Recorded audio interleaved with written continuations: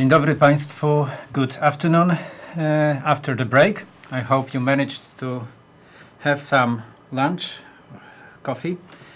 And we are back for the World Wetlands Day. We all come from there for Africa. We'll have three speeches, three perspectives on African wetlands, and we are starting from the east.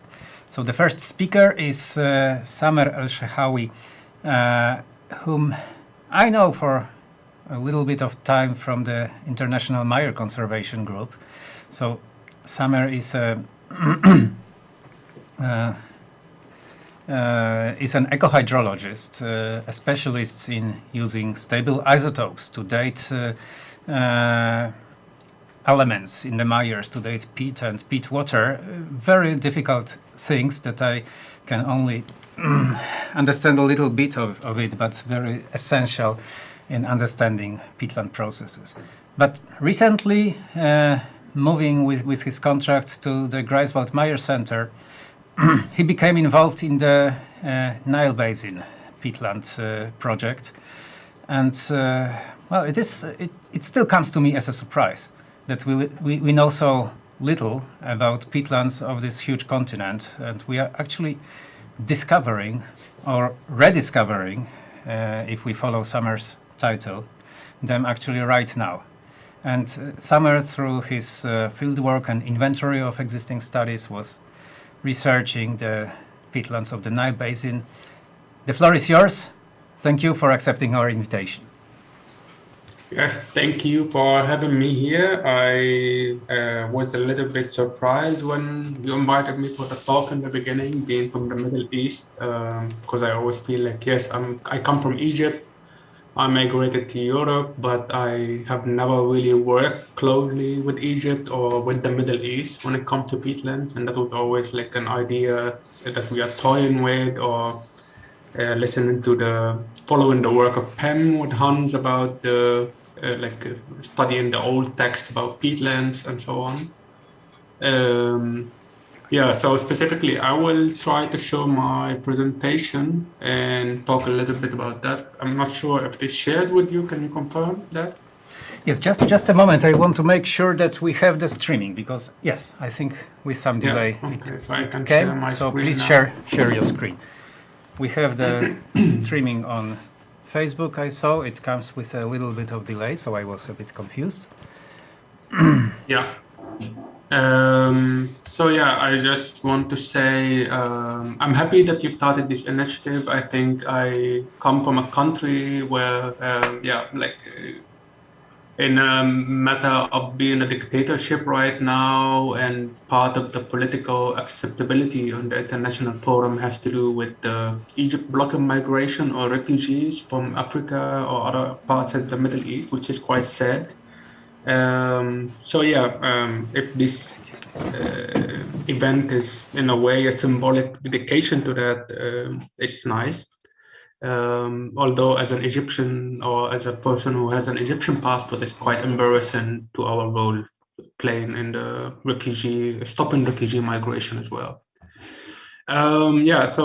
Aside from that, I will talk about papyrus, and again, as from Egypt, we had a lot of history concerning papyrus being a part of the culture and being part of the recording of the culture and the scripts through using papyrus for paper. Excuse me, Samer, hold on. Yes. I just got a message that we are not hearable on Facebook, so we have to check the technical issue, and maybe you need to start again. So I have the microphone off, so I cannot check the dictatorship things. Maybe not in the best interests of the event. So we have here friends who are helping us with the connection. Please check if it is streamed. I see that the video is okay. Maybe it's because of the TEDx movie, TEDx talk. Maybe.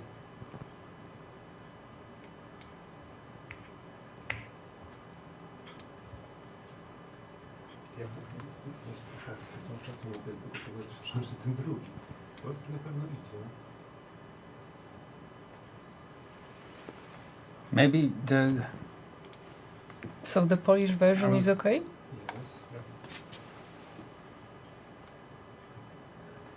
I will check.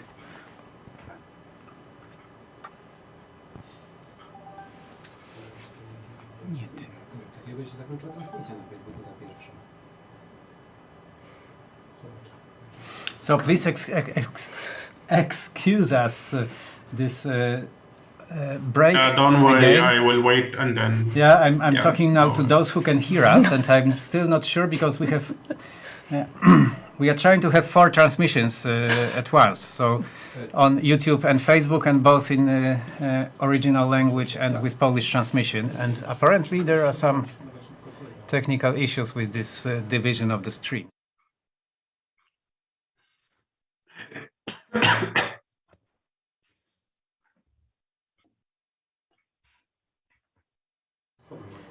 No, there was, but how long this will take? Excuse me, we have. Okay, then we have time for an informal chat. To those of you who can watch it, but we don't have a transmission in the original language. We only have the one with our interpreters. So that's not the main and the official part, and in the recorded versions. Maybe this is worth to mention now. Yeah, some homekeeping issues. We are recording all the presentations and discussions. We will cut them into pieces. Well, not each one into pieces, but each one will be a separate video, and they will be available on Smog YouTube and Facebook, and perhaps shared by the others. We are thinking about making subtitles to them. Also, we still have no idea who will do this. So we would like to volunteers. But from my personal experience, I know that it's handy to have subtitles, even if you understand what they are talking, because I often watch them at work, and I don't want others to know what I'm watching. And what else should we say? Do you have something to share, Summer? You are now in Germany, right? Yeah, I live in Germany at the moment in Hamburg, but I work in Greifswald, so I do mostly at the moment home office in the kitchen or in the other room, just moving between the rooms to keep myself busy. Currently, we could work from wherever actually in the world if there is some internet connection. Yeah, it's amazing how it was easy to get used to this.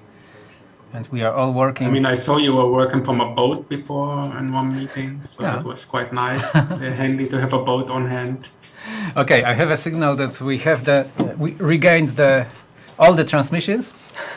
Yes? Yes. So thank you, Michał and Robert, who are sitting there behind the camera and taking care for everything. Summer, I'm sorry, but I have asked you to start again, but maybe we have to shorten the first part. Okay, because we still so try I to just meet go the time ahead constraints. So the introductions and everything is good. I just go with the presentation. So hi again.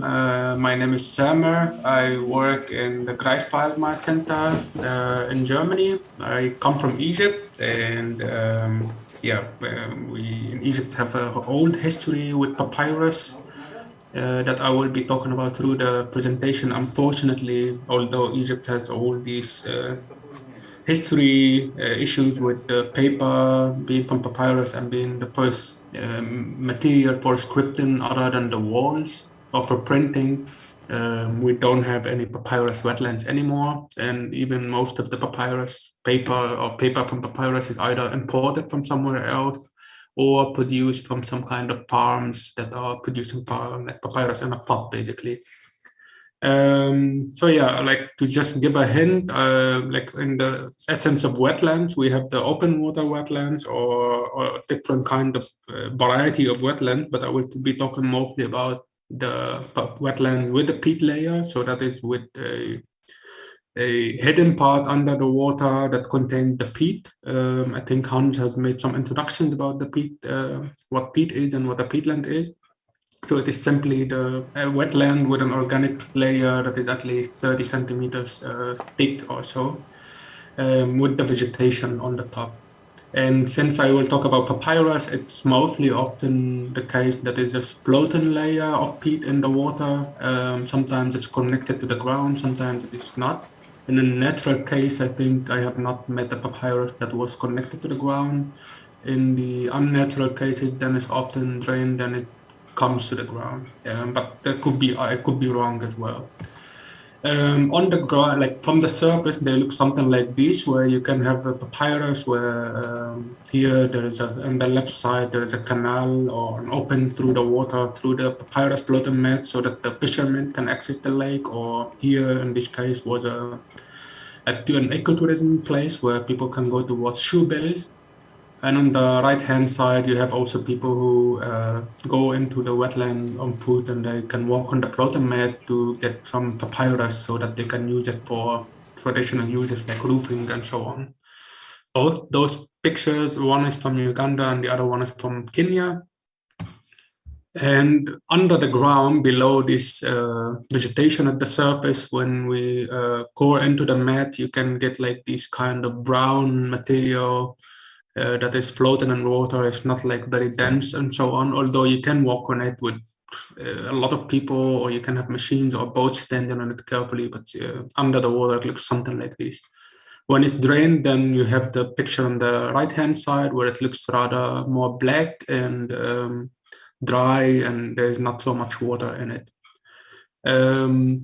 That's under the ground, and there can be variations of that. And the Nile Basin is quite a large basin. I'm showing here the distribution of those peatlands in the Nile Basin, but I show only the upper part of the basin, like in the around Burundi, Rwanda, Tanzania, and Kenya. And these are like the Nile Equatorial Lake countries, so they are around Lake Victoria. But then there is also in South Sudan the Sud wetlands, or the with papyrus peatlands, or like papyrus with peat layers in it, and then also the Ethiopian highlands. The lower parts of the basin, like Sudan and Egypt, which is also quite a large area where the Nile Valley runs through. Unfortunately, most of the papyrus has either disappeared or has been gone. I'm not sure what the situation is, but I'm sure that in Egypt that has been a long gone history of whether we would not know now whether there was peat or not. We know from some literature that there has been peat or some peat found in some places in Egypt, but it's not very clear. The basin organizational matter always divides into these portion that they call the Nile Equatorial Lake countries, and the 6 countries. And the Sud, which is a separated system that's in South Sudan, and the Ethiopian highlands. And from the numbers, you see that the larger areas are in the Nile Equatorial Lakes and the Sud. Most of these areas that are distributed in the basin are dominated by papyrus. Mostly like 75% of these areas are papyrus, or covered with papyrus, and that's why it's quite important to discuss papyrus itself.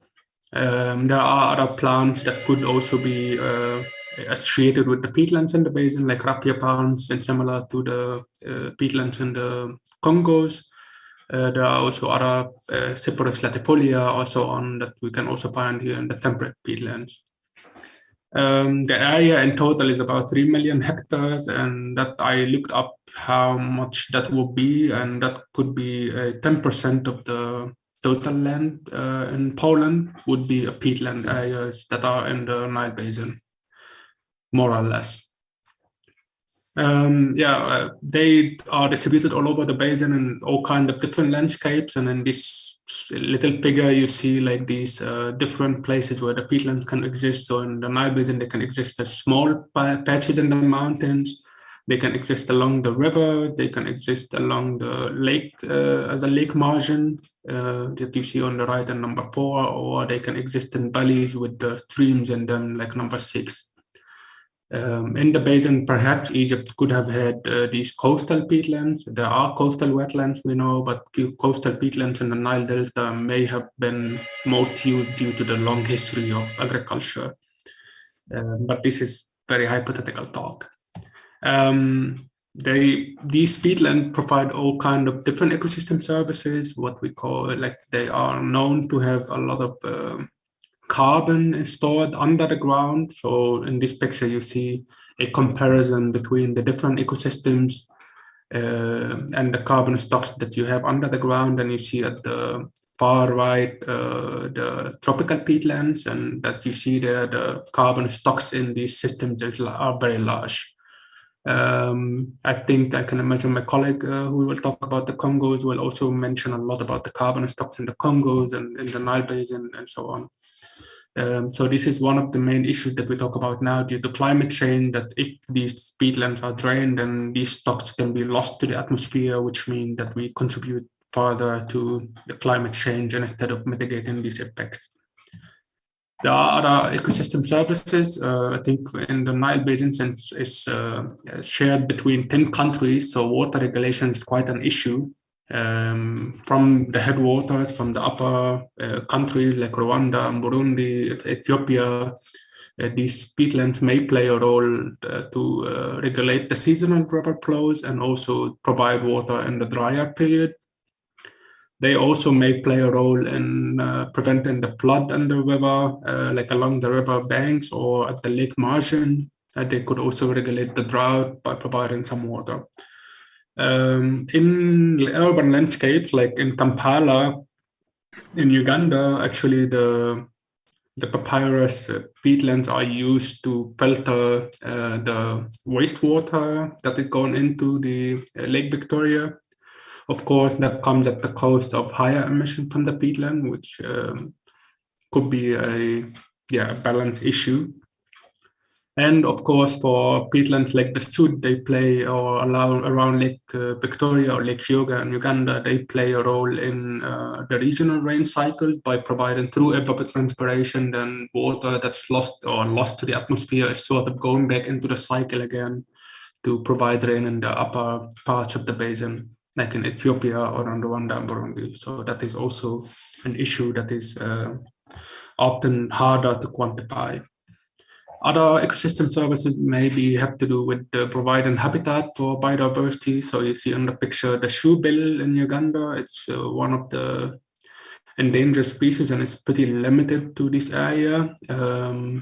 And other birds can also exist, like or find refuge in the wetlands all over the Nile Basin and in the papyrus wetland. Papyrus in itself is not so known for being vegetation species diversity, because it's very dominant plant. It would just grow all over the place, not allowing any other plant to come through. But yeah, in ecotourism, mostly associated with papyrus wetlands is often associated with these birds or other animals like the hippos or crocodiles and so on. Unfortunately, like everywhere else, there are threats that are associated with these wetlands, and that leads to some risk. Some of these threats are like urbanization and infrastructure. Like in this picture here, you have in Uganda, most of the roads, they're actually going through the wetlands, and you see a ditch has to be built to sort of maintain the water level below the road. Through a papyrus peatland, and as you see, the level of the peatland then comes to become more compact, and then also the road then quality gets affected over time, so it's an issue. You have also agriculture and forestry. So you have on the slopes, you often have eucalyptus or bananas and so on. And then you have in the valley itself where the peatlands are, you have rice production, you have other tomatoes and these kind of things. And then of course, most of this agriculture is done through drainage through the peatland, and then managing the water in the peatland, sort of like in Europe exactly. There is also energy, which is done in two ways, like either through peat extraction, which is happening at the moment in Rwanda. So you see in the picture, the border actually between Rwanda and Burundi, and on the Rwandan side, you have peat extraction. On the Burundian side, you have some rice. You don't see it here in the picture. So the river or the peatland is actually the border between the two countries, much like Europe and everywhere else. A lot of these peatlands are borders between the countries. There is also the other issue of our energy, that is the dam, the hydroelectric dams, which are often also built along these rivers, and then they either lead to flooding of the peatland completely, or preventing water in the lower end of the peatland. That's an issue because in the Nile Basin countries are very much into building hydroelectric dams. There are many dams planned for everywhere in the basin, and of course, the ecological effect of that is something to consider and to think about. Like in the Sud wetlands in South Sudan, for instance, they plan to build 2 dams along the Sud, and that's also unclear how would that affect these areas. In general, like to show an example, we have like in these Nile equatorial lake countries, if like the drainage of these areas, you see in Rwanda or Burundi, more than 75% of the peatlands are drained for agriculture, but in also other countries, it's also at least 25% of the peatlands are drained. And this would make it when that drainage happens, then you end up having greenhouse gases that contribute to climate change. But also on the other hand, you have subsidence and loss of the land, especially when you live along the lake and you have the lake level is rising up against the subsidence, then your land gets flooded. But also you have emissions, and then here you see the image of the national emissions, but this is only for the peatlands within the Nile Basin. So for DR Congo, it might be a different picture, having the Congo Basin is much larger than the peatlands of the Congo within the Nile Basin. But for instance, in Uganda or in Rwanda, the peatland emissions from drained peatlands may come up to 5% of the total national emissions. This also has to do with the fact that the emissions from these countries are not so high in general, so that's why emissions from peatlands or from land use become the larger share. Other ecosystems can be lost also, like if you drain the peatland in the headwater, then you lose these functions of the regulation. If you drain the peatland along the lake, then you lose the flood retention. Also the role that peatlands play in the regional groundwater tables, you lose the cover, the habitat cover. You have an increased drought and fire risk because peatlands, when the peat is dry, then it becomes prone to fire, especially in areas like East Africa, where temperature in the dry seasons can be quite high and can be easily turned into a fire hotspot.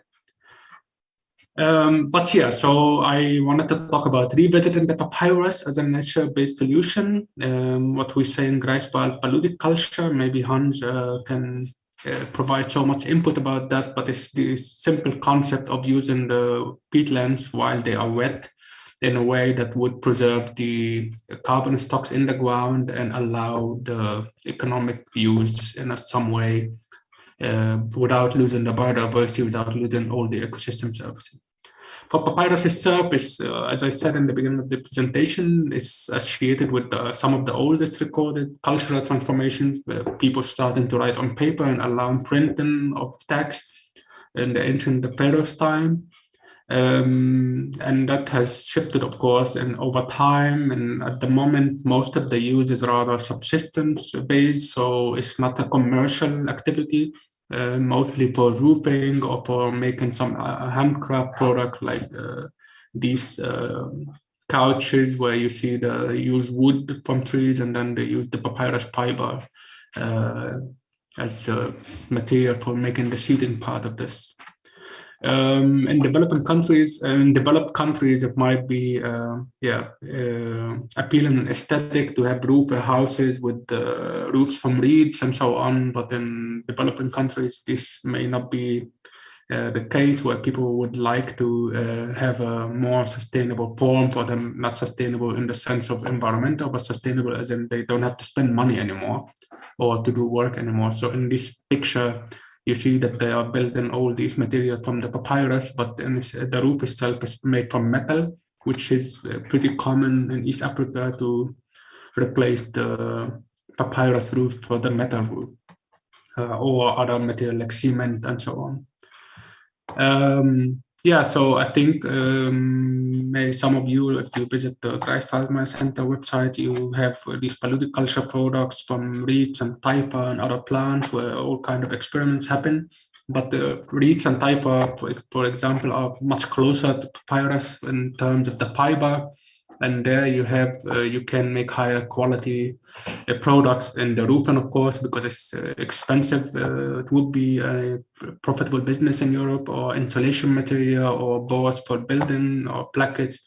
You can have biodegradable products. These are made from reeds or taipa, but can also be used for energy, as green energy, as either raw material or get processed into pellets and so on. For papyrus, the question now at the moment, can we use papyrus in a similar way? And yes, we could for roofing, at least for ecotourism areas, that could be still profitable, where people would be happy to have these things. In the subsistence form, I think it's harder to convince people to go back to basics when they have to work through that every year or every 2 years. They have to change the roof again, and that's a lot of work. But of course, through awareness, who maybe people also in East Africa are more susceptible to building with nature if there are incentives for that. Insulation in the other way, that papyrus is still, even some people in the basin still, even when they build a house with cement or with metal, because of the heat, they would build a hut with papyrus roofs because that stays cool throughout the day. So you have two houses in your land. Maybe boards for building could also be possibility, packaging, all these are possibility.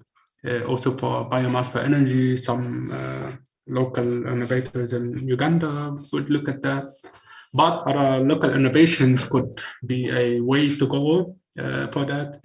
For instance, we have come across this initiative in Uganda where they create from papyrus a biodegradable sanitary pad for women, and it uses basically the papyrus tissue fiber and paper, recycled paper, partly some plastics as well, and they use that sort of as an empowerment to the people who collect the papyrus. It's all done manually, and these maca pads then are given to women in remote areas and so on, using the idea that in Uganda, if you've seen the map, the papyrus wetlands are rather spread out the country. So if they would create different factories in different places, then they can have these products available in the country, which would be suitable for like a cheap alternative to the more expensive products that are most of the time not available in remote areas. And that, of course, has a bigger impact that the women who have access to sanitary pads are also able to go to schools or able to go to work and not have to live with the culture of shaming from having the monthly menstruation cycle.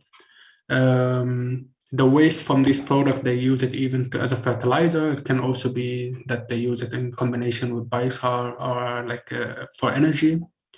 I think papyrus as a plant has been used for a long time. We now look at trying to replicate some of these things that were made in Europe and the Baltic region, and maybe also like an initiative like maca pads could be a transformative way to use the papyrus peatland in a way that is preserves the ecosystem services in there. So that's all I wanted to say right now, and I hope that this was easy to follow.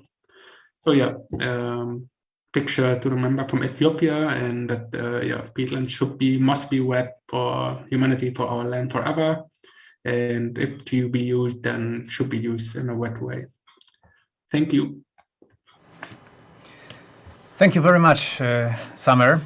That was very interesting and a good combination of science-based information about the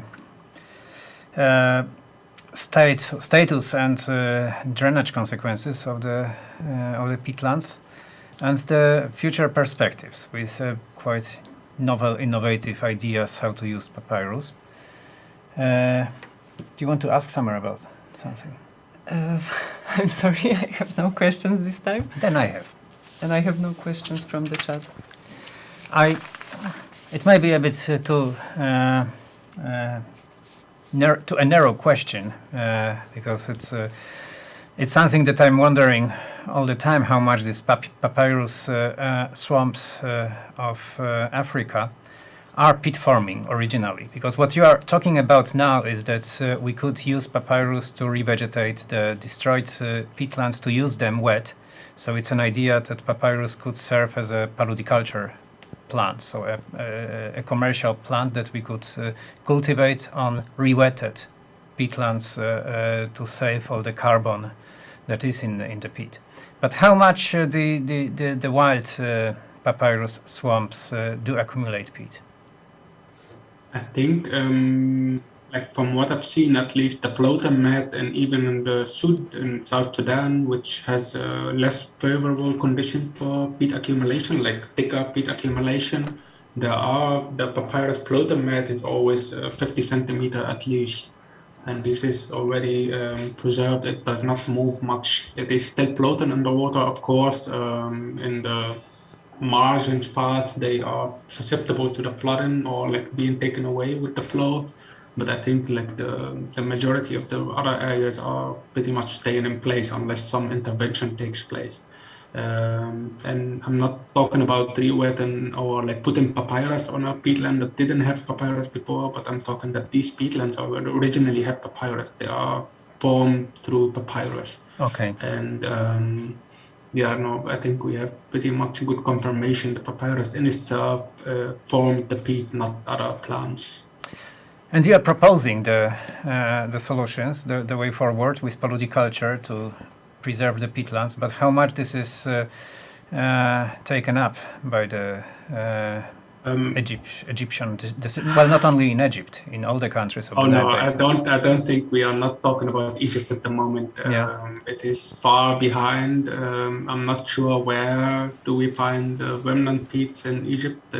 I'm not familiar with that. I think we talked about this, but it's far too little in comparison to other parts in the Nile Basin, and we work with other partners who are focused rather on the Nile Basin Initiative, which is the organization tries to bring those countries to collaborate on those issues.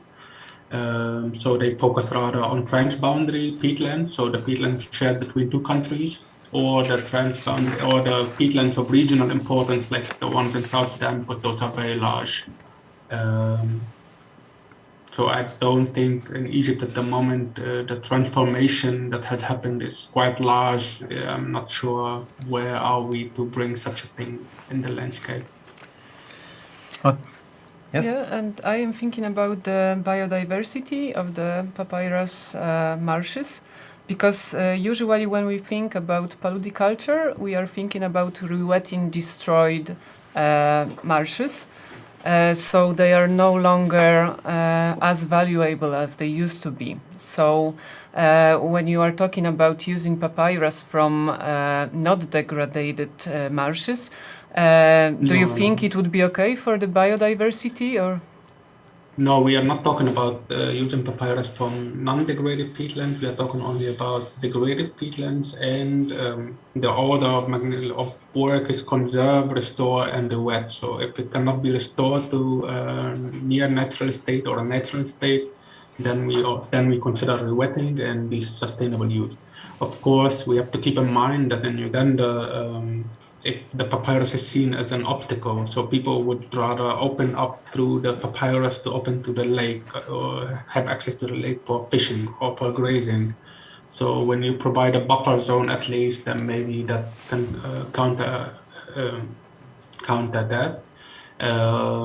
But we are not proposing that all papyrus. This was also one of the issues we talked about. We don't present the map of all the papyrus and say, okay, use all the biomass of papyrus all over the place, but rather use it in a way that can be, and if it cannot be restored at all, then can be used a little bit, but with constraint. But of course, we have to develop something with an incentive. So as I said, like these traditional uses, they can be good. They look aesthetically appealing for us, but I'm talking now as a European person. But like if I would be there, if I live in their place, I don't want to change my roof by myself every 2 years. That's understandable because as you develop, you don't want to hear when people say, I put a roof on my house, basically they hire somebody to do the job and they pay a lot for it.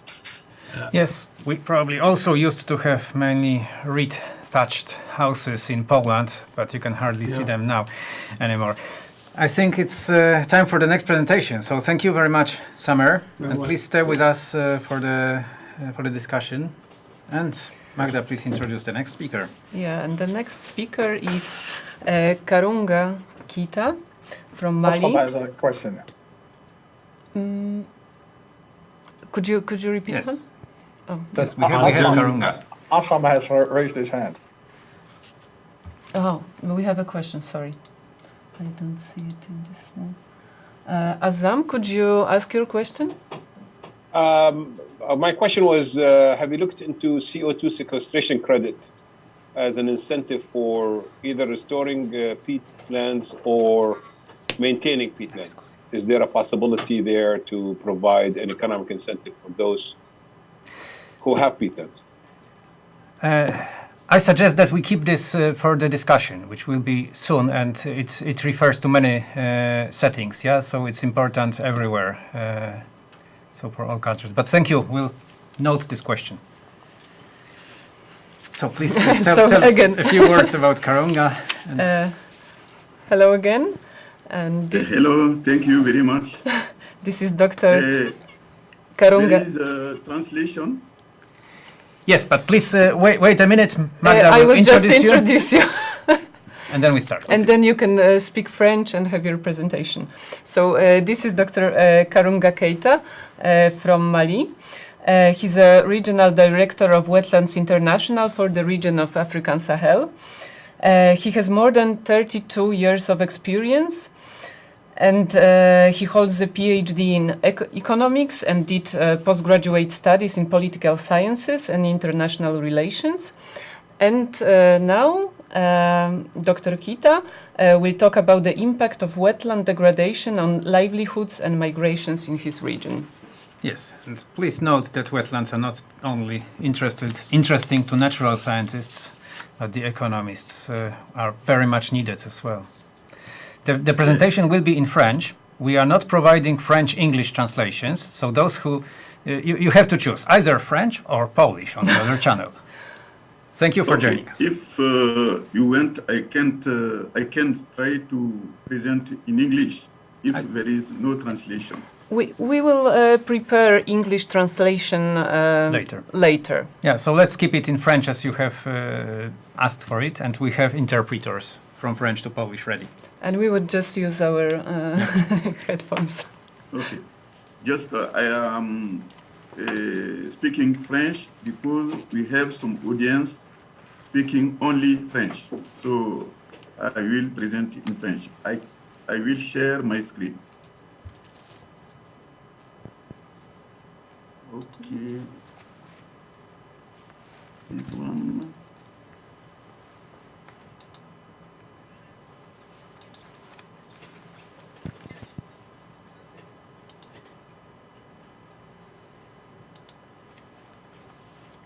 Okay. Okay. Presentation mode.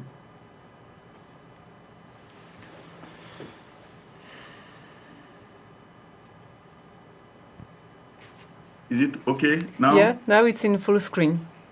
Okay, thank you very much. So I would like to, je vais présenter la dégradation des zones humides et leur impact sur les populations et surtout sur les mouvements des populations. Et je vais prendre quelques expériences locales, des solutions locales que nous avons testées ici au niveau du Sahel, qui peuvent être étendues, qui peuvent être mises à l'échelle. Donc, c'est cette expérience-là et avec un cas précis sur le delta intérieur du Niger. D'abord, globalement, quand on parle du Sahel, il s'agit principalement des zones arides qui sont sèches et qui sont soumises à une forte fluctuation de la pluviométrie tout au long de l'année. Et vous savez aussi que la majorité de la population sahélienne vit le long des cours d'eau, à moins de 50 km. Et plus de 70% de la population vit le long des grands cours d'eau qui sont les fleuves et les lacs. Et avec un mouvement, une croissance démographique très forte dans le Sahel qui peut aller jusqu'à 3,6% par an, ce qui fait vraiment une pression sur les ressources naturelles. Et vous savez aussi que tous les cours d'eau au niveau du Sahel sont soumis à un régime de flux. Et ce qui est le cas principalement du delta intérieur du Niger, un exemple que je vais présenter plus tard. Mais quand on voit cette apparence désespérante des conditions climatiques, on va se poser la question comment les populations et leurs moyens d'existence peuvent être analysés par rapport à la migration. Donc, je prends le cas du delta intérieur du Niger. Je vois que le Sahel est principalement aride, mais c'est dans ce même Sahel qu'il y a des zones humides très importantes, notamment le delta intérieur du Niger, qui est la plus large de l'Afrique de l'Ouest, plus large que les zones humides qui se trouvent dans les zones équatoriales et humides. Donc, qui a la taille de la Belgique, ce qui n'est pas négligeable, mais cette zone humide aussi, comme je l'ai mentionné, est soumise à un régime d'inondation qui marque sa fragilité par rapport à la tendance au changement climatique.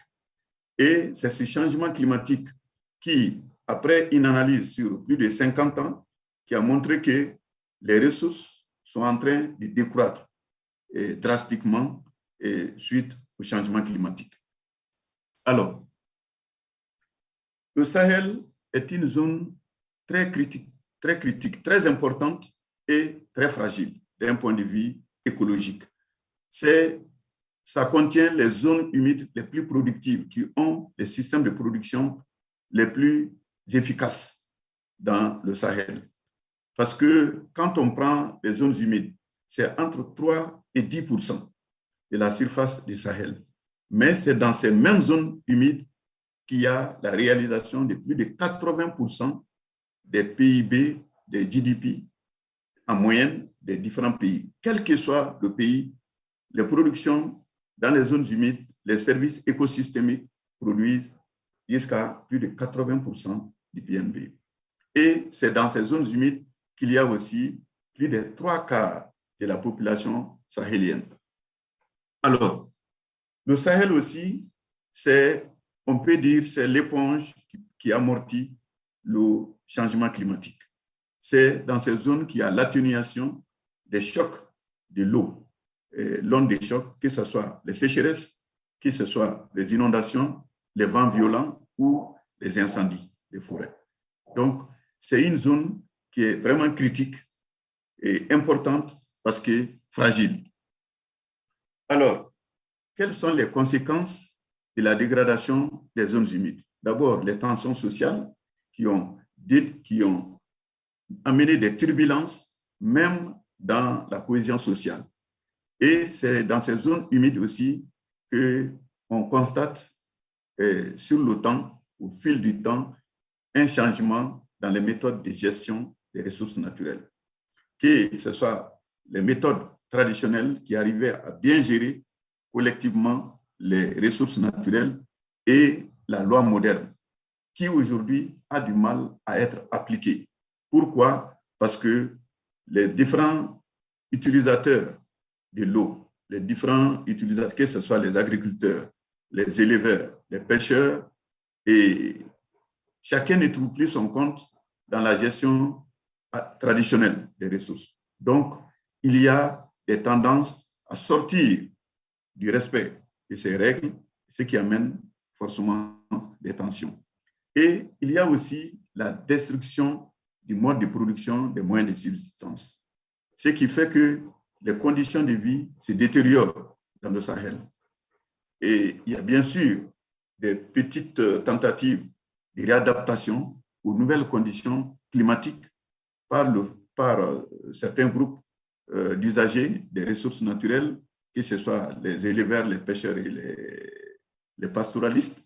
Mais cela ne peut pas, par exemple, un éleveur ne peut pas devenir du jour au lendemain un agriculteur, comme un pastoraliste ne peut pas devenir directement un sédentaire pêcheur.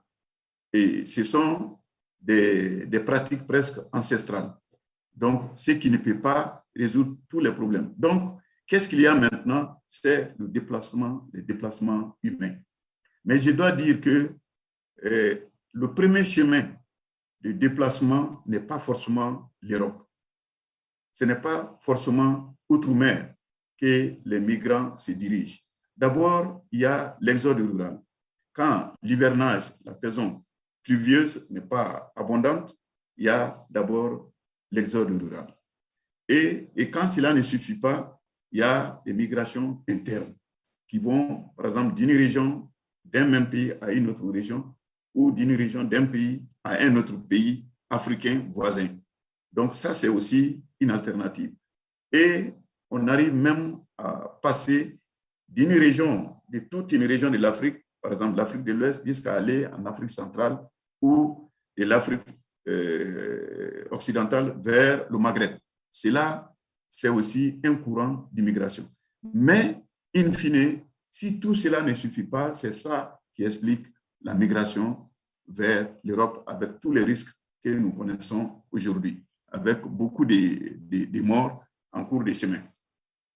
Maintenant, sur la base d'une étude, on a remarqué que malgré le fait que les écosystèmes dans les zones humides arrivent à produire des moyens de subsistance aux populations, mais compte tenu du changement climatique, cela n'arrive plus à arrêter le flux migratoire. Donc, les populations sont toujours tentées à migrer. On s'est intéressé maintenant à savoir quels sont les facteurs qui engendrent, qui sont à la base de ces mouvements de migration du local jusqu'au niveau international.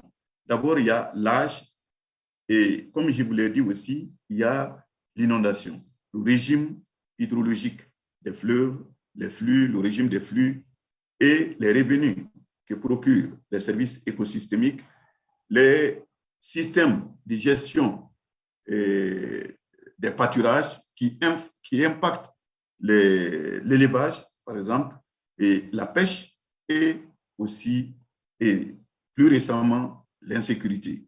L'insécurité a été un facteur très important ces dernières années, comme vous pouvez imaginer, au Mali et dans le Sahel en général. Il y a d'autres facteurs. Le niveau d'éducation aussi a un impact sur la tentation à aller en dehors du pays, en dehors de la zone d'existence normale pour exercer son activité. Et il y a la taille des familles. Il y a des familles qui sont immenses où on n'arrive plus à avoir sur place tous les moyens d'existence dont la famille a besoin. Donc, cela amène aussi certains jeunes à aller soit en exode rural ou en migration régionale ou même en migration internationale pour amener des revenus complémentaires à la famille. Bien sûr, il y a le facteur chômage, il y a la dégradation des sols et il y a l'insuffisance des terres arables, des terres utiles pour l'agriculture, l'élevage et la pêche. Il y a tous ces facteurs-là qui contribuent à nourrir le flux migratoire pour aller de l'Afrique à l'Europe, notamment. Mais l'étude a aussi montré, par des expériences pilotes, qu'avec une bonne restauration et conservation des zones humides et avec des méthodes d'innovation et d'adaptation au changement climatique et surtout avec la gestion intégrée des ressources en eau, on arrive à limiter le flux migratoire. Alors, je vais parler de quelques solutions locales que nous avons initiées ici, que Wetland International a mises en place pour limiter ces déplacements humains et améliorer les conditions de vie en général et permettre aux populations de rester sur place pour affronter le changement climatique. Et c'est d'abord le renforcement de la résilience des communautés et les actions d'adaptation au changement climatique, les gestions et réduction des risques de catastrophes naturelles ont été mises en place. Et qu'est-ce que concrètement Wetland a fait? Qu'est-ce que Wetland a fait? Qu'est-ce que Wetland a fait réellement? C'est d'abord de mettre en place des associations, des unions et des coalitions au niveau local et jusqu'au niveau régional. Qu'est-ce que c'est que ces associations, unions et coalitions? D'abord, au niveau local, on met autour d'une même table tous les groupes d'usagers de l'eau, que ce soit les agriculteurs, les éleveurs, les pêcheurs, et on leur dit de mettre tous les problèmes sur la table et tous les intérêts autour de la table et discuter ensemble sans violence pour se mettre d'accord quelles sont les solutions locales à apporter, sans attendre un apport extérieur.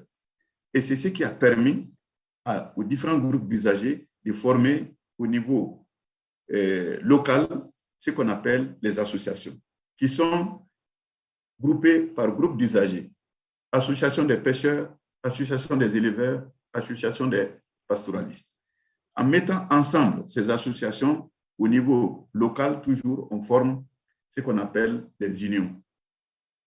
Et les unions, ensemble, quand on les unit, parlant de la même voix au niveau des communes et des cercles, cela forme ce qu'on appelle des coalitions. Les coalitions ont été mises en place et ces coalitions, les leaders de ces coalitions portent la voix de tous les groupes d'usagers, pas un seul, mais tous les groupes d'usagers. Ce qui a diminué les mésententes, les conflits, les tensions au niveau social. Et ce qui fait aussi que les intérêts de toutes les parties prenantes, de tous les acteurs, je veux dire, de tous les groupes d'usagers ont été pris en compte. Ce qui a amené une collaboration dans la mise en place des actions d'adaptation au changement climatique qui ont amené l'amélioration des conditions de vie. Donc, c'est une expérience pilote qui a été mise en place. En plus de cela, et qui a eu bien sûr beaucoup de résultats qui ont été considérés comme des success stories. Au-delà de cela, une deuxième série d'actions, c'est le développement des outils d'aide à la décision. Et l'un de ces outils, qui a été un outil phare, c'est l'outil de prédiction des inondations dans le delta intérieur du Niger. Le delta intérieur du Niger, vraiment, est une zone critique, qui est une zone exemplaire des phénomènes climatiques au niveau du Sahel. C'est pour cela que nous avons pris cette zone qui vraiment peut donner la lumière, un exemple frappant pour les autres zones. Et cela a permis, cette prédiction des inondations qui s'est faite en début de la saison des pluies, permet à tous les acteurs de se positionner en termes de variété culturelle, en termes d'activité par rapport à la saison pluvieuse. Parce que l'outil permet de donner le niveau de l'inondation, la profondeur et la durée de l'inondation. Et ça, c'est très important avec une précision de 97%. Ce qui permet vraiment aux administrateurs et même aux politiques de prendre des décisions éclairées.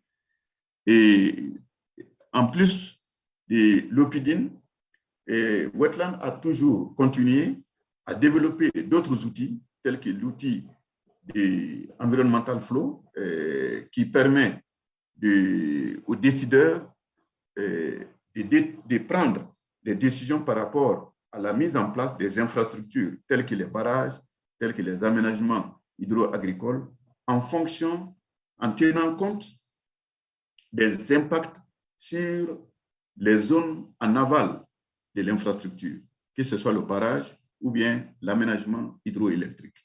Et cet outil aussi permet alors de déterminer quel est le niveau de flux qu'il faut maintenir au niveau du fleuve, par exemple, pour maintenir le delta intérieur vivant avec des écosystèmes qui sont préservés, qui sont conservés.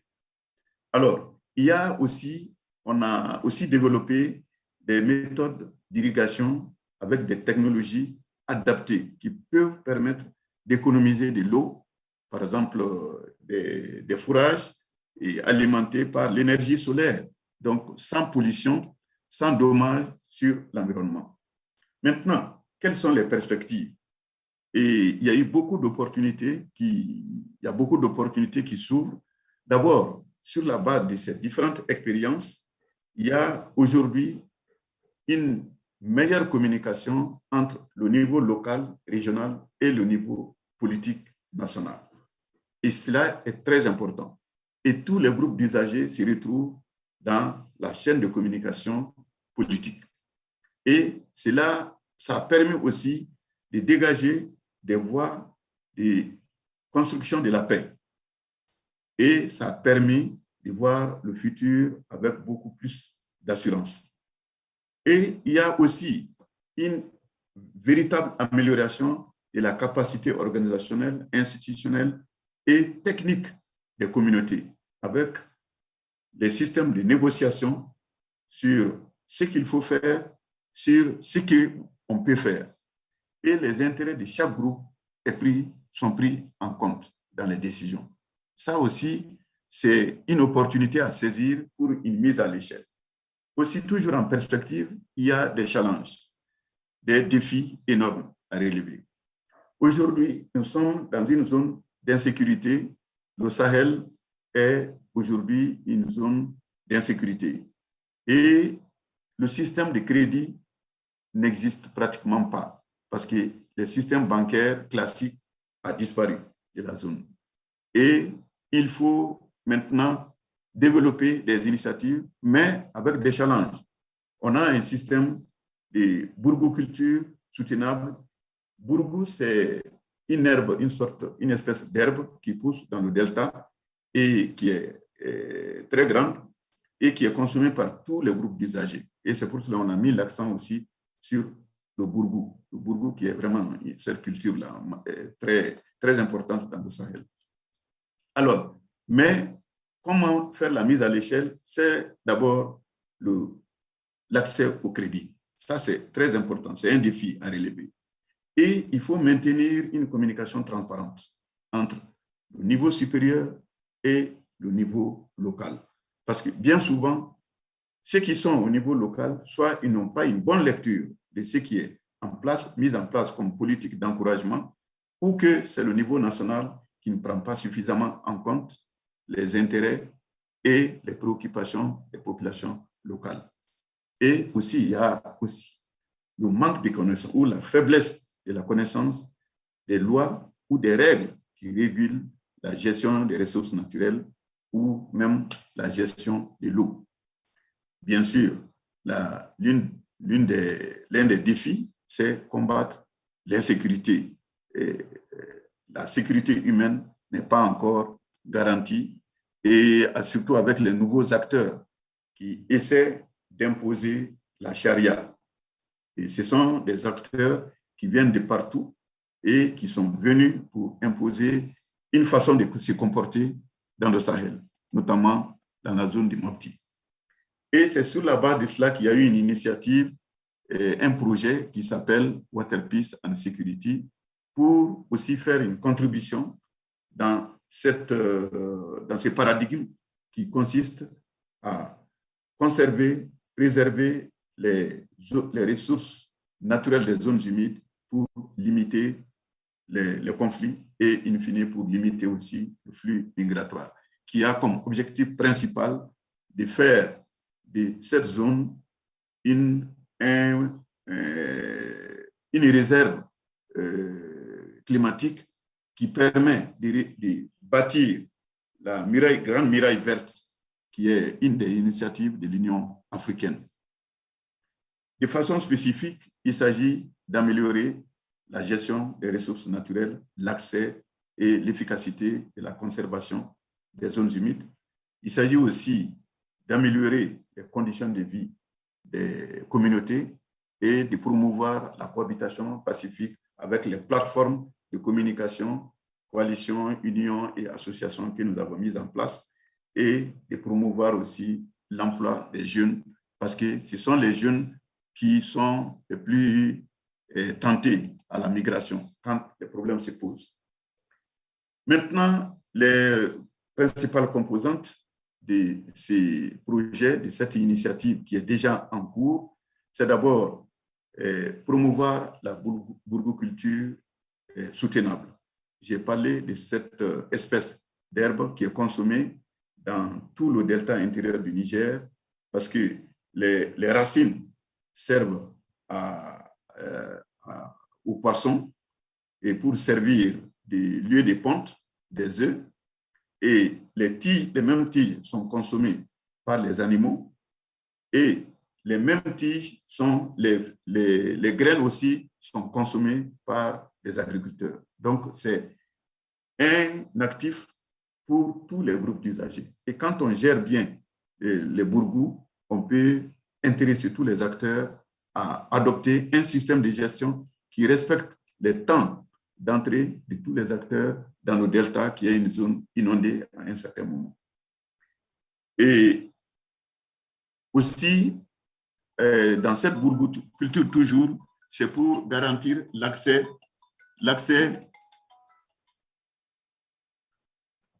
Sorry, il y a quelqu'un qui a appelé. Oui.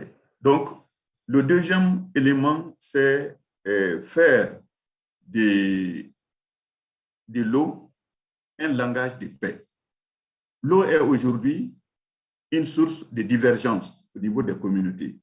Mais ces projets visent à faire de l'eau, à travers ces coalitions, ces plateformes de communication, un outil de paix. OK?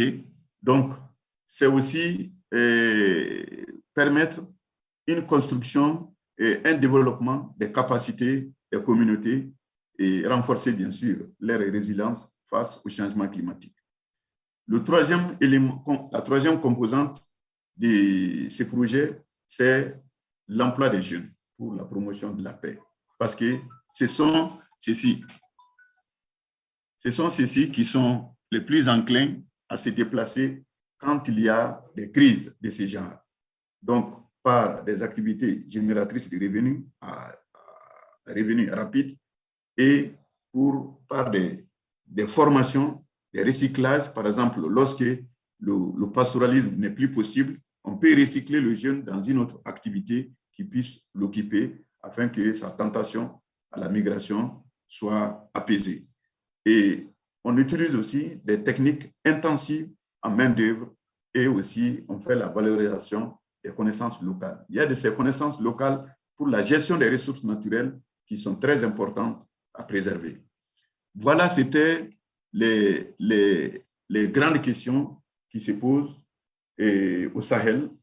Et nous avons publié en 2017 un livre qui s'appelle Water Shocks et dont l'adresse se trouve sur le net, se trouve en bas de l'écran et qui est l'onde de choc et migration dans le Sahel. Water Shock, Human Displacement in Sahel, c'est ça. Donc, je vous remercie de votre attention et à tout à l'heure pour les questions. Merci beaucoup. Thank you very much, Karunga. That was very interesting and, well, also quite painful to watch and to listen to. We don't have much time for discussion now, but there will be a general discussion. But I want to ask you, unless you, Magda, wanted to ask a question. Yeah, I wanted to ask you about other possibilities of jobs for youth, because you mentioned only farming. Are there any other possibilities for work? Sorry. Excuse me, do you hear me? Yeah, I hear you. Mm-hmm. So I had a question. What other possibilities do you have for youth, for young people to stay in the Sahel region instead of farming? Because not everyone can be interested in farming. Do you have any other? Yeah. We have many opportunities for youth to stay in Sahel. As I presented earlier, the displacement is the last option, not the first one. The first one is to have opportunity to earn something, a revenue, an income. So by recycling, for example, farmer in wood, for example, in transportation, in housing, for example, we can permit to youth to earn something for their family and to stay. But if there is no option locally, they have rural exodus first. After that, we have internal displacements in other regions where they can have the similar job. If there is no possibility there, so the last option is to migrate. But by recycling, by capacity reinforcement, by some innovation, technology innovation, with accessible technologies locally, they can stay. So they are not attracted by migration if we provide other opportunities locally. Thank you. I think I will keep my question for the general discussion because it will refer to other regions as well. But I can, well, yes, I will keep it. Let's try to catch up and invite Professor Ivo Suspens-Averty. Oh, my French is very bad. I hope you are with us. And to introduce you, I need to tell a story. The story that there is an ecosystem, tropical peatlands, which is actually being discovered right now. I started telling this when I was introducing summer, but it is actually incredible that until 1980s, actually, we didn't know that the huge wet tropical forests in many countries were actually peatlands. Yeah, that there were huge amounts, there are still in some parts, huge amounts of peat under these trees and these jungles. And this discovery was first made for Southeast Asia, Borneo, Sumatra, and Java and other Indonesian and Malaysian regions and islands. And later, recent years, we're increasingly rediscovering wet tropical forests of Africa and Southern America, reading publications reporting discovery of huge peat deposits. And Congo Basin is one of them, so-called wetlands or peatlands of the Cuvette Centrale. I'm not sure if my pronunciation is good. Have been reported the largest tropical peatland in the world. Only 5 years ago, I think. Yeah, in a paper published in the journal Nature. Then the peat deposits were calculated, how much they area and volume they occupy, and Professor Ivo Suspens-Averty was one of the authors of this Nature paper. So it's a very important discovery, and thank you for joining us. The presentation will be again in French, but you will speak French. The slides are in English, like in the previous one. I think the slides are in French too. Okay, the slides are in French too. Okay. And Professor Averty is in the University of... Can you tell it? Université Marien Ngouabi. Thank you. Am I right? In Brazzaville.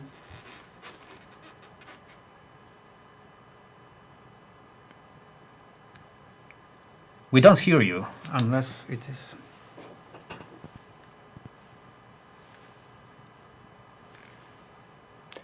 Ivo, we don't hear you. We don't hear you. Maybe you are muted? No?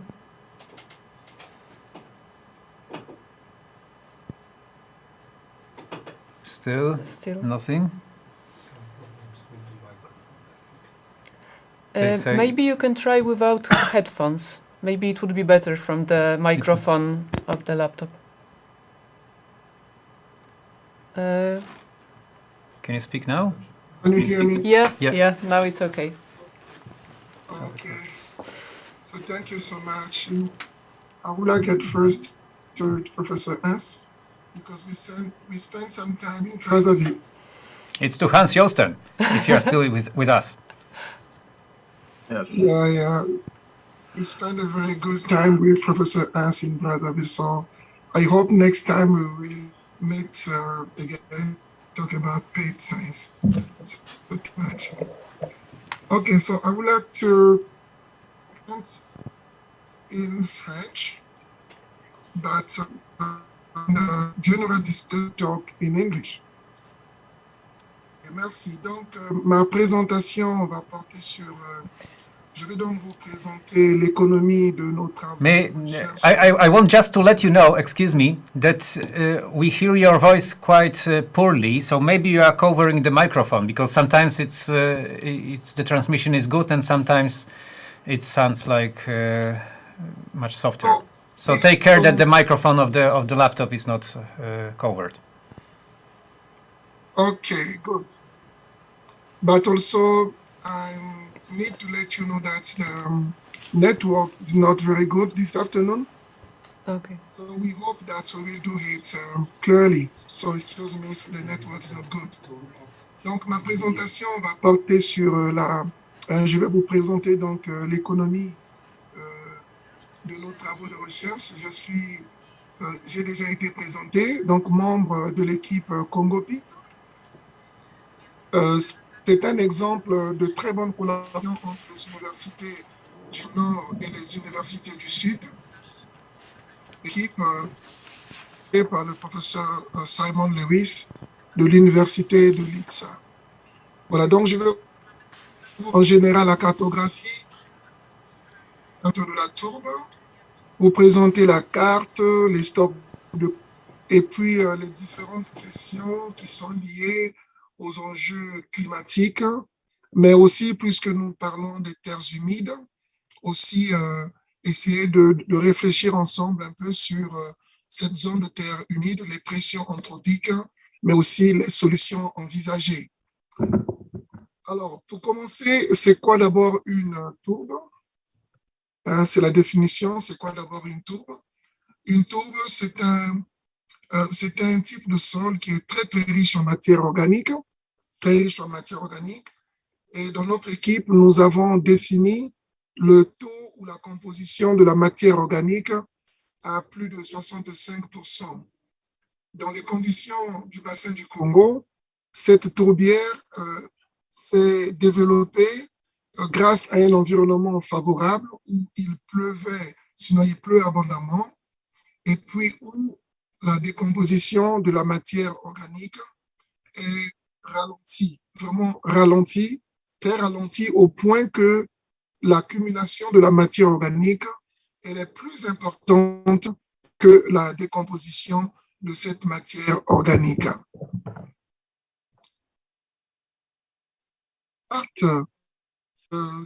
Dans cette carte-là, une prise de Google Earth qui nous présente ici non seulement mon pays, mais aussi différents pays autour de la République du Congo. Vous pouvez bien voir que la République du Congo est de l'Est par la RDC. Au nord, nous avons la République centrafricaine, le Cameroun, mais aussi à l'ouest, nous avons le Gabon. Ce qu'il faut retenir dans cette image, c'est quoi? C'est le fait que c'est une zone qui est couverte de forêts. Alors, cette forêt-là se superpose sur un grand bassin hydrologique, puisque nous sommes en train de faire la journée de terres humides. Il faut dire que la zone du bassin du Congo se caractérise par, on va dire, par une multiplicité de rivières et autres qui font que cette zone est la deuxième zone la plus large de terre humide dans la zone des tropiques.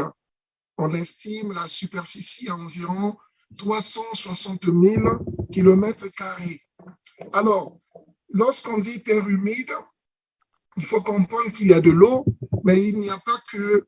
Et lorsqu'on dit qu'il y a de l'eau, il faut comprendre, puisque ici, notre présentation porte sur les tourbières. Ce n'est pas parce qu'il y a de l'eau que forcément, vous allez rencontrer de la tourbière. La tourbière se constitue dans des conditions assez...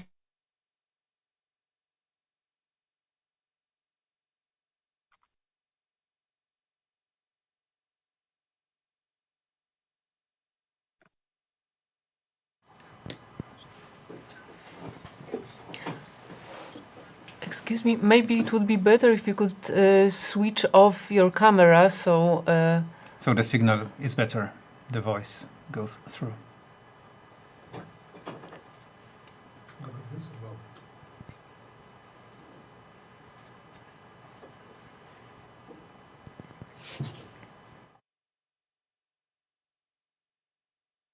Okay, we have lost Professor Averty, so we have to wait for the reconnection. Okay. Here he comes. Meanwhile, this is a picture of Ivo in Congo Brazzaville peatlands with Drosera madagascariensis and Sphagnum cuspidatum. And now Hans Joosten came with in the break. We saw those ones also in Uganda in September. They were in some of the separate latifolious peatlands. Yes. They are rather widespread in Africa. It is also a species that is collected for medicinal purposes, Drosera madagascariensis, also for the European market. Yeah, I didn't know they were in Africa, so I was surprised to see those mosses, but they were always in the drained parts of the peatland. So. Possibly because their rainwater predominates. Yeah. So maybe I will try to centralize the discussion a little bit. We have lost Ifo, but he will probably try to reconnect to finish his talk. We have scheduled now the general discussion for 4:30, so in 13 minutes. So if you have some questions or some comments to what was already told, maybe Hans, you would like to take over and tell a little bit about Congo Basin peatlands, because you have been there with Ifo, if I we understand well. Actually, it was my last longer trip before Corona. We were. Can you show Hans? Oh, can you see me? We can hear you, but we don't... yes, we can see you. Wait a minute, I put my video on. Maybe that helps. No, it was my last long trip before Corona. We had just been in the Cuvette Centrale, and then we wanted to pass the Congo River from Brazzaville to Kinshasa, and then the evening before we were warned by the German embassy that we would be put in quarantine in Kinshasa for 2 weeks. So we thought that better not to do. Okay now? Okay, Ifo is back, so you can continue your presentation. Yeah, thank you so much for your understanding. It's normal these days. Yeah, excuse me, but everywhere. I hope this time it will be okay. But so thank you, Professor Hans, also for the time. Hans replaced you for a while. I have shown a nice picture of you together in the peatland with the Drosera and Sphagnum, you know. Okay.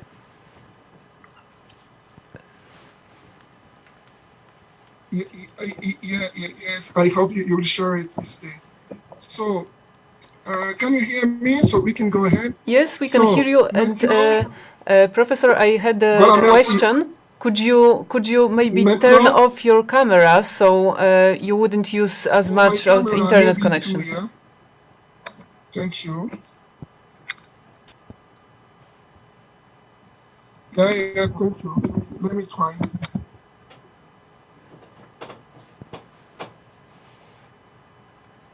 Ok. Alors, donc tout à l'heure, nous étions en train de dire que cette zone, can you hear me now? It's okay? Yes. But it's not in a full screen, the presentation. So it's now, it's... Oh, now it is. Okay. We have some delay. Donc, je disais que cette grande zone de terre humide, on va dire, est superposée par une grande zone de forêt. Et j'étais en train de dire tout à l'heure que dans cette zone, là où vous avez de l'eau, cela ne veut pas dire forcément que vous avez de la tourbe. Donc, il faut vraiment faire la différence entre la zone humide en général et le fait que dans cette zone, on trouve aussi de la tourbe à plusieurs endroits. Alors, pour arriver à la cartographie de la tourbière, parce que dans notre article publié en 2017, nous avons publié au monde entier l'étendue de cette tourbière. Avant de publier cette carte, il y a plusieurs travaux de terrain. Et parmi ces travaux de terrain, la collecte des données floristiques. Il y a une équipe d'audit sur vérifier les endroits où il y avait la tourbe végétation que l'on rencontrait. C'est la raison pour laquelle ici nous vous présentons cette slide qui parle de l'inventaire floristique. Et donc, les différentes données collectées sur le terrain nous ont permis de comprendre qu'on avait de la tourbe, non seulement dans des zones de forêt, mais aussi dans des où il y avait des palmiers. Et pour ce qui est des palmiers, on a retrouvé deux types de palmiers, sinon deux espèces principales, notamment le Raphia laurentii et le Raphia hookeri. Pour ce qui est de la tourbière forestière, il y a trois espèces particulières qui ont été, on va dire, vues systématiquement où il y avait de la tourbe. Nous avons noté la présence du Wapaka padulosa, du Carapa procera, mais aussi du Zilepia rubescens. Une autre image ici qui vous donne, pour ceux-là qui n'ont pas encore mis pied dans la tourbière tropicale du bassin du Congo, vous avez une autre vue à travers ces images de ce qu'est une tourbière tropicale. Alors, lors de la collecte de ces deux terrains, les équipes sont parties de l'extérieur de la tourbière vers l'intérieur de la tourbière. Le but était de mesurer, de collecter des données floristiques, de mesurer la hauteur des arbres, mais aussi de mesurer la profondeur de la tourbe. Et le graphique qui est présenté ici sur un tronc sec d'environ 26 km, un tronc sec d'environ 26 km, la profondeur maximum de la tourbe qui a été collectée s'élève à 5,9 et alors que la tourbe la moins profonde mesurait environ 30 cm. Et pour ce qui est de la hauteur des arbres, elle variait autour de 8 mètres en moyenne à environ 27-28. Nous avions des cas où, selon les données collectées, la hauteur des arbres dépassait les 30 mètres de hauteur. Ce qui donc a conduit à la publication de cette carte qui est devenue très célèbre et qui est utilisée partout par les chercheurs qui parlent des tourbières du bassin du Congo. Vous avez cette belle carte, cette jolie carte qui vous présente ici la distribution de la région à travers l'étendue de la tourbière, mais aussi l'étendue de cette tourbière. Ce qu'il faut noter, c'est qu'en combinant, en faisant la combinaison plutôt des données de terrain avec les données satellitaires, notamment les images satellitaires qui ont été collectées, la superficie totale de la tourbe publiée s'élevait à 145 500 km². Et la quantité, le stock de carbone contenu dans cette tourbe a été estimé à plus de environ, j'allais dire, 30 milliards de tonnes de carbone.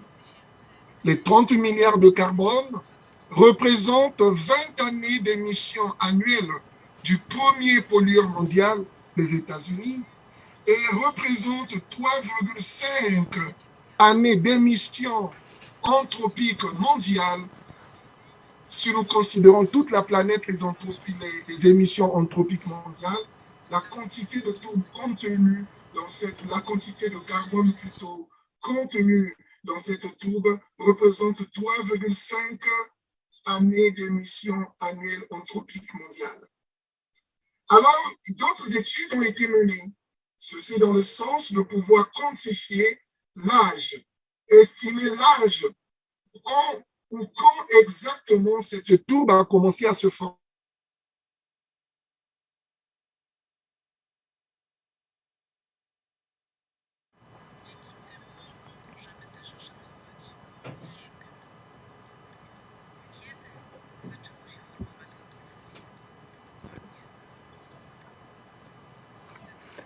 Okay, it looks like we have another technical problem, so... But he's coming back. Yeah, now it's... It's okay. Please tell me if it's okay now. It's okay Can now. you hear me? Yes, it was a very short break. Alors donc, yeah.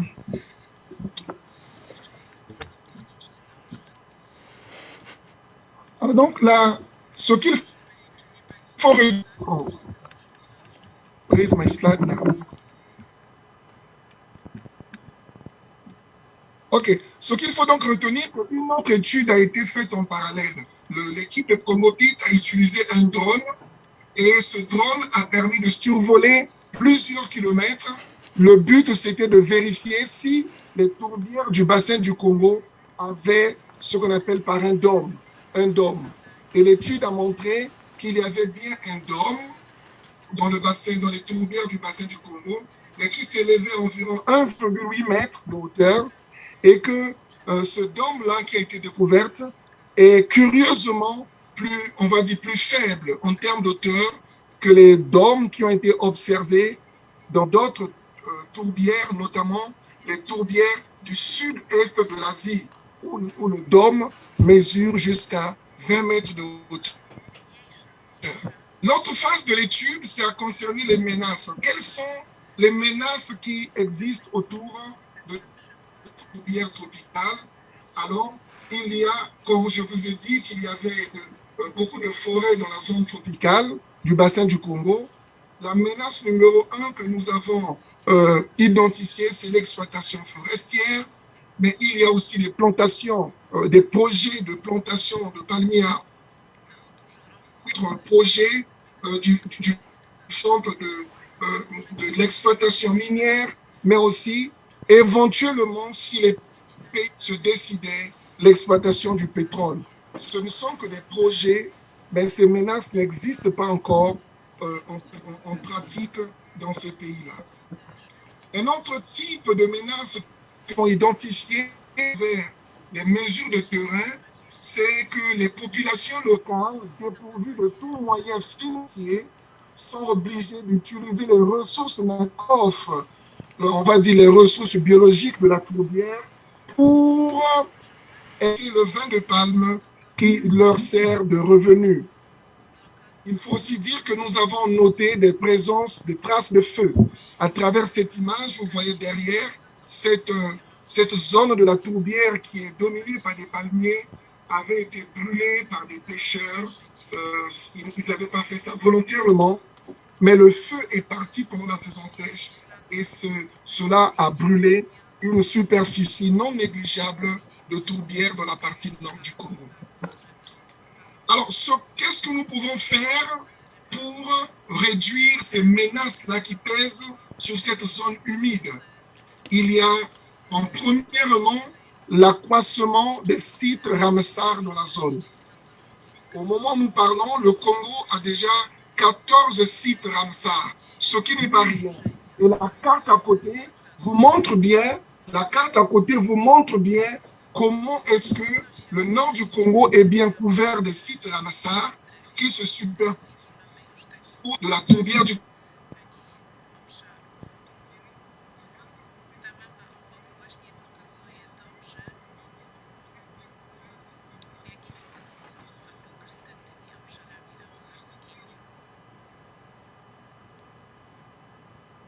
Uh-oh.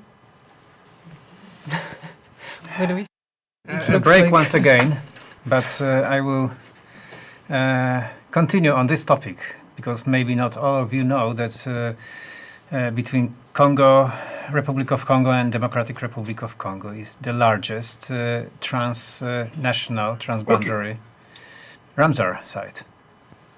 Yes, we have IFO again. Sur aussi ces menaces, Yes, il please faut continue. augmenter la sensibilisation auprès des populations locales. Il y a déjà un effort qui est fait, mais il faut continuer la sensibilisation pour que les populations locales prennent conscience de l'importance écologique, environnementale de cette grande zone de tourbière du Nord Congo.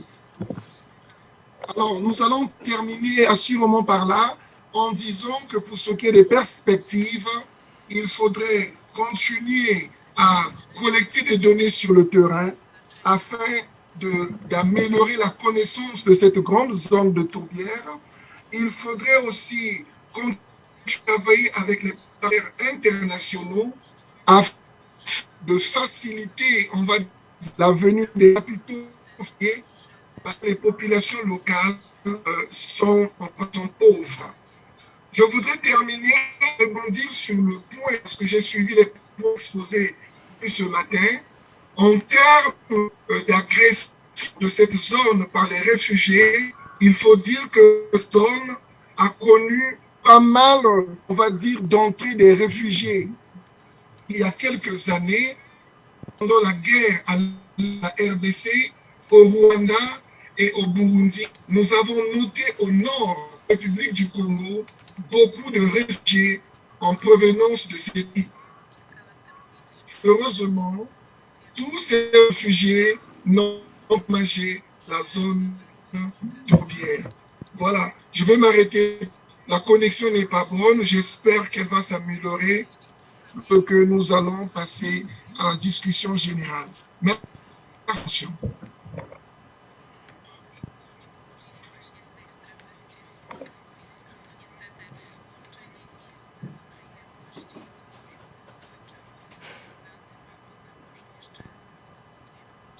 Hello. Okay. We are Take over, here. Victor. I'm sorry. We just had I can to. stop here because Okay, thank you very network much. is not good. Thank you very much. Please unshare your screen so that we can and turn on your camera then. And maybe we can have the last question or comments about your presentation about Congo, and then we'll move to the general discussion. But I'm waiting to see you. Can you switch your camera on, Ifo? Or we lost you again? Yeah, you are here. It's nice to see Okay. you again. Okay. Thank you very much. It's a beautiful and extremely important area in terms of both nature, climate, and people. And yes, I'm thinking how to phrase the question, because you mentioned different threats.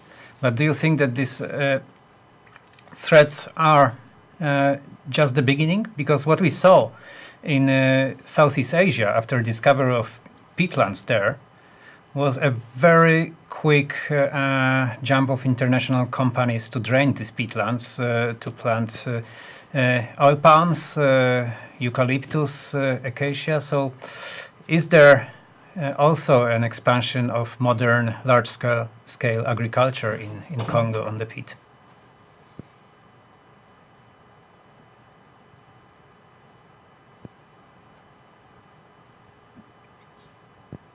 Please, Victor, can you say again, please, because the network is not good. Okay.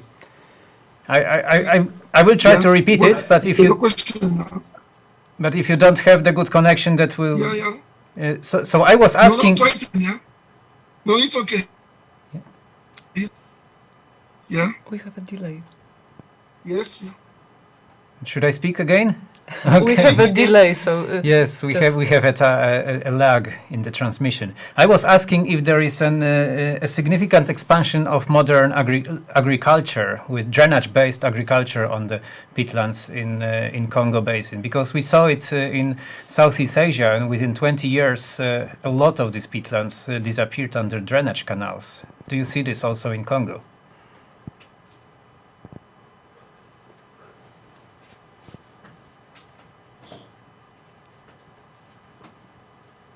I think the connection have is to wait. poor. No.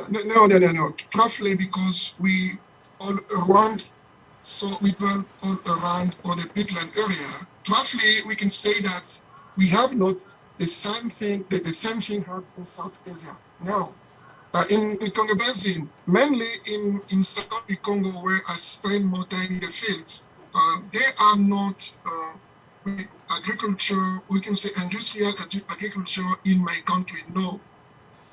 Or nothing. We have no industrial agriculture in my country now. But we just find some sign of fire, or we can cut some trees, people from some. But in general, peat is, we can say, safe, and we can say that for now they are not evidence of the traits on our. Okay, I think the connection is quite poor, so let's move to the general discussion, and I hope your connection allows you to join the panel. Thank you very much once again. It was very interesting, and I wish I go there one day. Can we get all of the speakers who are still with us? I'm not sure who is there. Can we get? Please, could you switch your cameras on? And I'm talking to, Hans. I don't know who is still No on problem. Zoom. You are welcome. Hans is there. Karunga, thank you. Is Tamara with us? Was she able to join Salman back? is still with us. Salman, please Samer. switch your camera. Samer. Tamara is not here, I'm afraid, and Tamara sent me an email that she would try to Kaveh, reconnect, but she had some family business, which is understandable on a Saturday. and we don't have Kaveh. We don't have Kaveh. Okay, she suggested he would try to join, but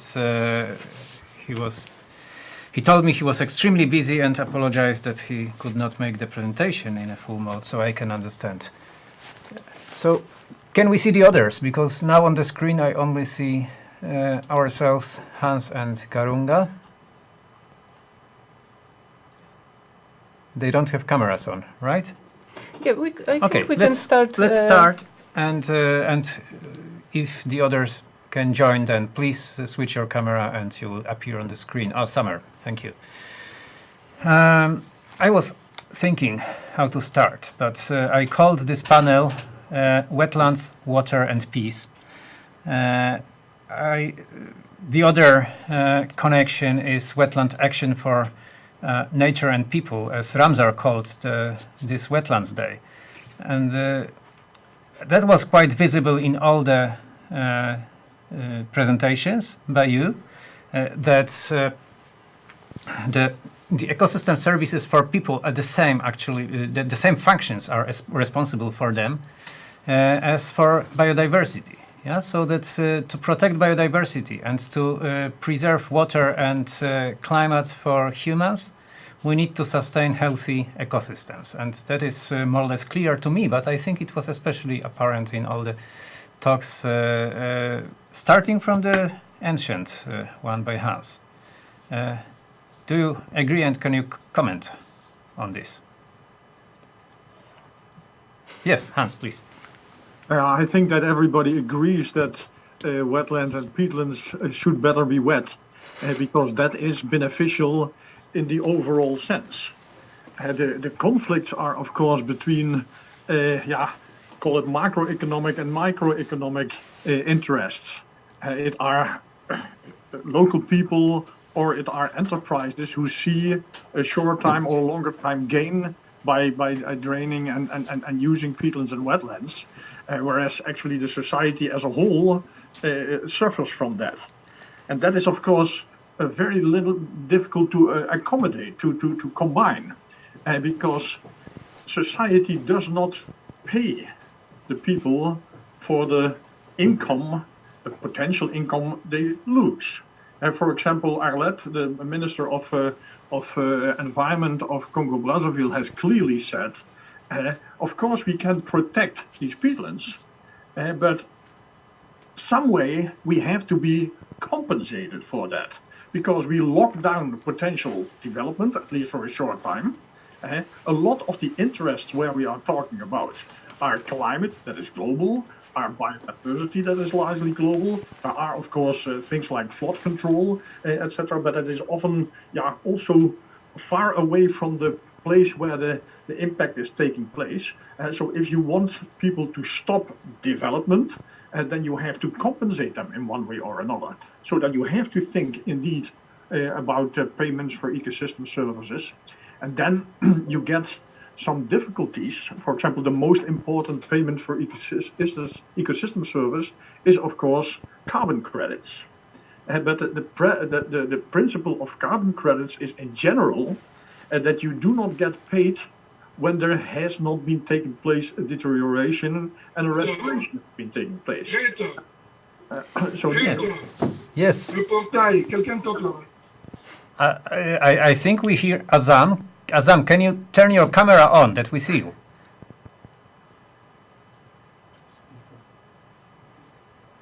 Maybe it was IFO. Or was it IFO? It was IFO. That was IFO. Yes. He comes in very delayed, I have the impression. Yeah, IFO, we have a problem that we have a time lag in the connection with you. So it's difficult to stay to join the discussion for you. So, but perhaps you can send, you can chat, you can send us your remarks and we can read them. Is this possible, Magda? Yeah, it is possible.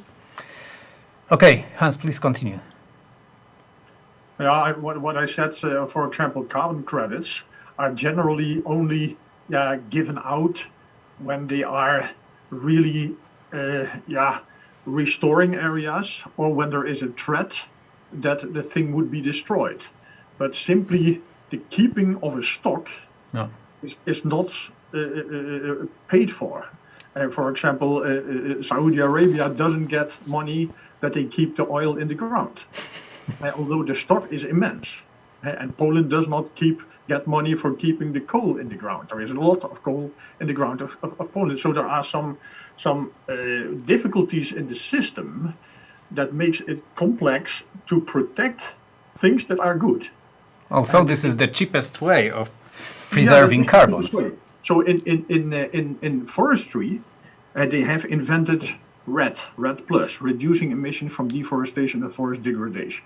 They said, okay, if there is a threat that there would be deforestation, then the preventing of deforestation would indeed be a gain. But then you must first make plausible that this threat is there and that is realistic. Because nobody pays for something that is anyhow happening. Nobody pays for the sun going up in the morning.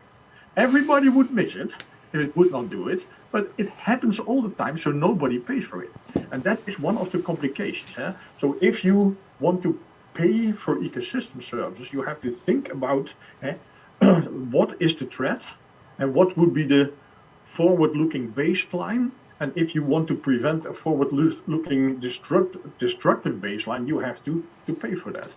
A simple assumption could be, which would not be so strange, that you say everything is going down the drain. If you do not do anything, and we are sure that everything will be deforested, every peatland will be drained, so that you think about, indeed, everything that remains good must be paid for. There are, of course, perspectives. If you, I'm busy a lot with things like carbon credits. If you look at the development of the carbon credit prices, I just checked it. The most important market is the European Union emission trading system, that is for industry, but it gives an indication how much industries are willing to pay for a good carbon credit. At the moment, yesterday, it was standing on 96 euros 46. So almost 100 euros per ton of CO2. If you compare that with 3 years ago, it was 4 euros. Really, the Paris Agreement and the wish of industries, countries, cities, institutions to go to zero, net zero by 2050 or 2030 or is driving the market. So the demand for good carbon credits is immense. And it went up by 50% over the last 3 or 4 months. The rate of increase is incredible now. Yes, I can show you I have it here, so I can immediately show you if you want. Do you see it now? Oh, yes. Yep. Now it is gone, my thing. Let me see where it is. No. Here it is. This is the latest one. It would be nice if investing in CO2 stored under the ground would be more valuable than investing in Bitcoin or other crypto values. Here you see the development over the last year. It has gone from 32 to 90. 96 was the highest one here. You see? Yep. That is a development in 1 year. That is incredible. If you drain a peatland in Poland, that is 20 to 30 tons of carbon. In the tropics, you go up to 80 tons of carbon. So if you would get that paid for half of this price that they are paying, and we are talking about an income of 4,000 euros per hectare per year. And that is more than any income of palm oil or pulpwood. So, but there is no mechanism to do that, and the prices that are being paid for carbon credits from ecosystems is not that high as the ones that this is really industrial. For the climate, it makes no difference whether the CO2 comes from deforestation or from a chimney. Yes, so that's why all these offsetting programs are increasingly interesting and becoming popular. Also, most of them are not in the official trading system, right? They are in the voluntary systems. Because we have, and in Greifswald you have, or in Germany, in Mecklenburg-Vorpommern and in Schleswig-Holstein, you have this famous carbon credit systems with more futures, but this is still on the voluntary market. That is voluntary market. Yes, but the voluntary market is really also expanding. So all these companies, they do not have to reduce. They do it for advertisement, for corporate social responsibility, etc. Like individual people, including myself, also compensate when I'm flying. So that is not obligatory, but it's voluntary because companies want to show off in a clean way. A lot of companies make advertisement. We are carbon neutral, or we pledge to be carbon neutral in 2035, or university have said it wants to be carbon neutral in 2030. I have no idea how they are going to do it. They have to buy offsets because you cannot change the entire infrastructure of a university within 10 years with buildings and isolation, etc., etc. Yes. Yes, but carbon is a very important subject and context of wetland conservation, but it's not the only. And when I was listening to these stories from different parts of Africa and Middle East, I thought it's unfair if we focus on certain mechanism for the people.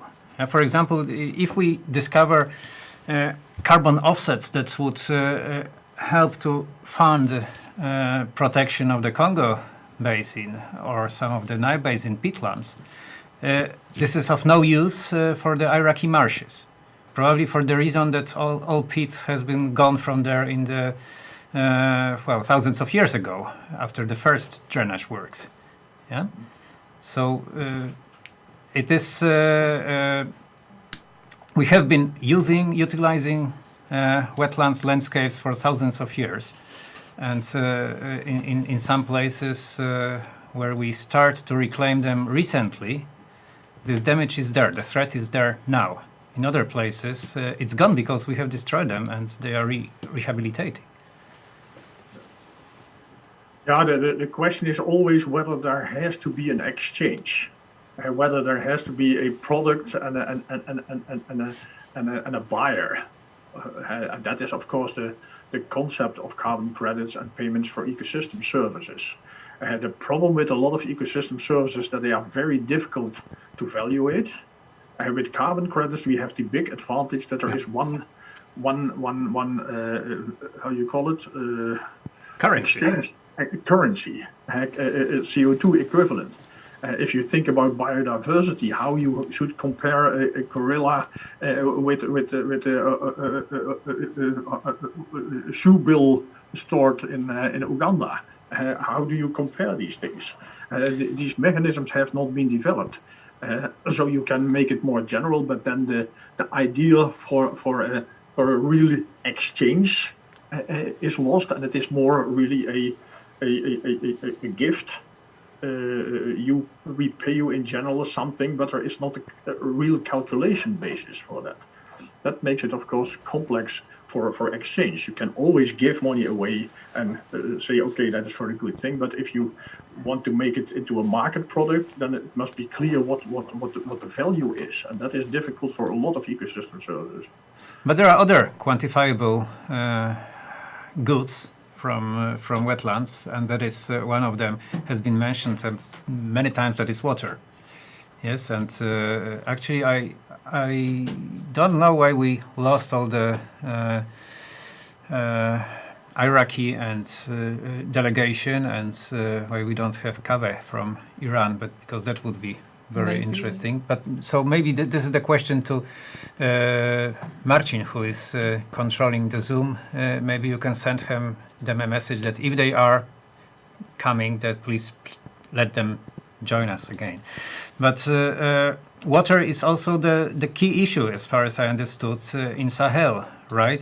Concerning the wetland degradation and the decrease of livelihoods and the cause of migration.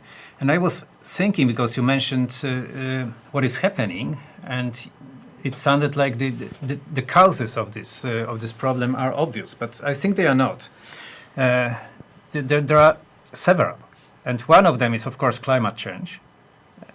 Second is for sure the population growth, right? So there is more demand, and the population growth in this region is still very high.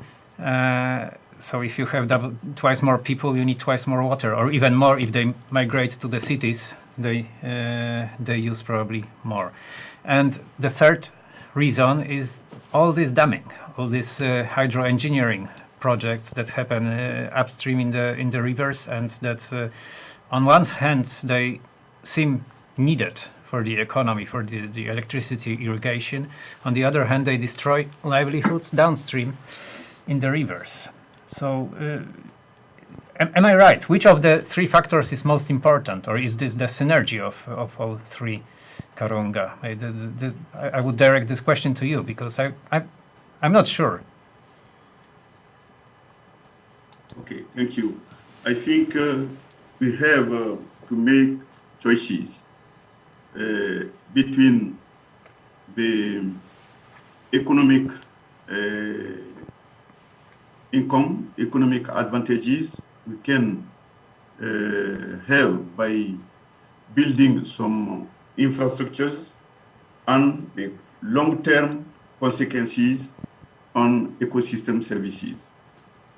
Wetland made an assessment of a region ecosystem services, economic valuation of economic ecosystem services. To give an example, to show that it is possible to have economic value, approximative economic value of ecosystem services. And if we have the kind of data. So the policymaker can make good policies, taking into account what we are losing by building hydro power, for example, with a certain dimension. We discussed a lot about Fomé Dam in Guinea. Guinea is upstream of Mali, and if we build this dam with the first option, so it will be so much damage in Mali in general, and especially in Niger Delta, very sensitive area. So through this kind of assessment, we can more inform policymakers. But in the case of Mali, we have to make the balance. What is the economic immediate advantage of extension of irrigation, for example, in some area, and the impact, long-term impact in ecosystem services.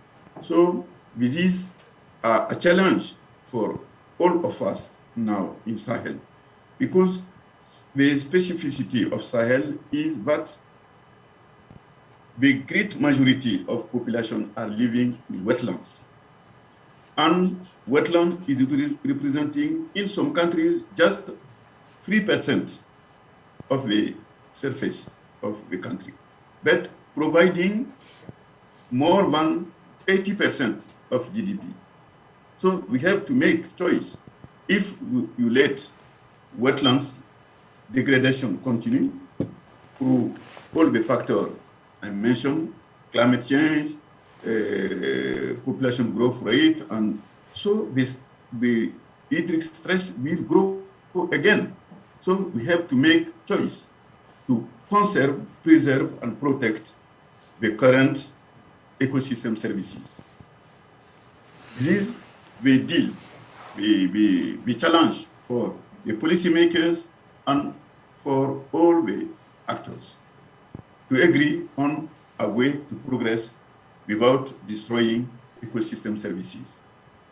So many studies have been made by wetlands and other partners to inform, for example, the prediction of inundation of flood in Niger Delta, to inform. This is a short-term tool, but we have also eFlow to inform long-term decision. Yeah, thank you. And with rivers, large rivers such as Niger and Nile, the fact that they are owned or split into several countries makes it very difficult. And this is the tragedy of commons. Yeah, river being one entity, that they are split into political borders, and not only people suffer because of that, but also the whole ecosystem. Yeah, you cannot protect a piece of a river, anyway, not a downstream part of the river, without protecting its sources and the upstream. We are one of few special countries as Poland in Europe where we have almost no transit rivers. Yeah, that our two major large rivers have more or less sources, and they carry waters from Poland. That's rainfall that is coming in Poland, and we still misuse it. But your situation is much more difficult. Hans. You have, of course, boundary rivers with also a lot of problems. We create them. Etc. But what Karunga is saying is, of course, and you also is very important. River basins are transboundary, and that means that problems there can only be solved in international and regional country associations. That is one of the reasons that the Nile Basin Initiative, for whom we have been doing these peatland inventories, are so necessary. You can only solve that in the entire catchment area. The Nile Basin is an exquisite example. You know that Ethiopia is building this big Renaissance hydropower dam on the boundary with Sudan. Yeah. It is ready now and it has to be filled. It will take 3.5 years of Nile water flow to fill the thing. And it depends on how long they spread it. If they take a very long time, 10, 20 years, then it will not be so harmful for Egypt that they do not get. But of course, they want to operate it as soon as possible. But if they fill it quickly, then Egypt will get no water in the Nile Delta anymore. And Egypt have already said, then we are going to bomb your dam. And one of the things that have been thought of as a solution, that is the interesting thing, that they say, okay, let's revive this Yonglai plan, the Yonglai Canal, that the English people in the colonial time had invented to make a big canal through the Suud, that they bring more water that is now evaporating in the Suud into the Nile, that can compensate for the loss of the water that Ethiopia has taken, that Egypt is satisfied. But if they build this canal, it will drain the entire Suud, it will mobilize all the carbon there, and it will change regional climate on a very large scale. So these are the interconnections. Ethiopia is doing something. Egypt says that will become war. To solve it, we drain the Suud in South Sudan.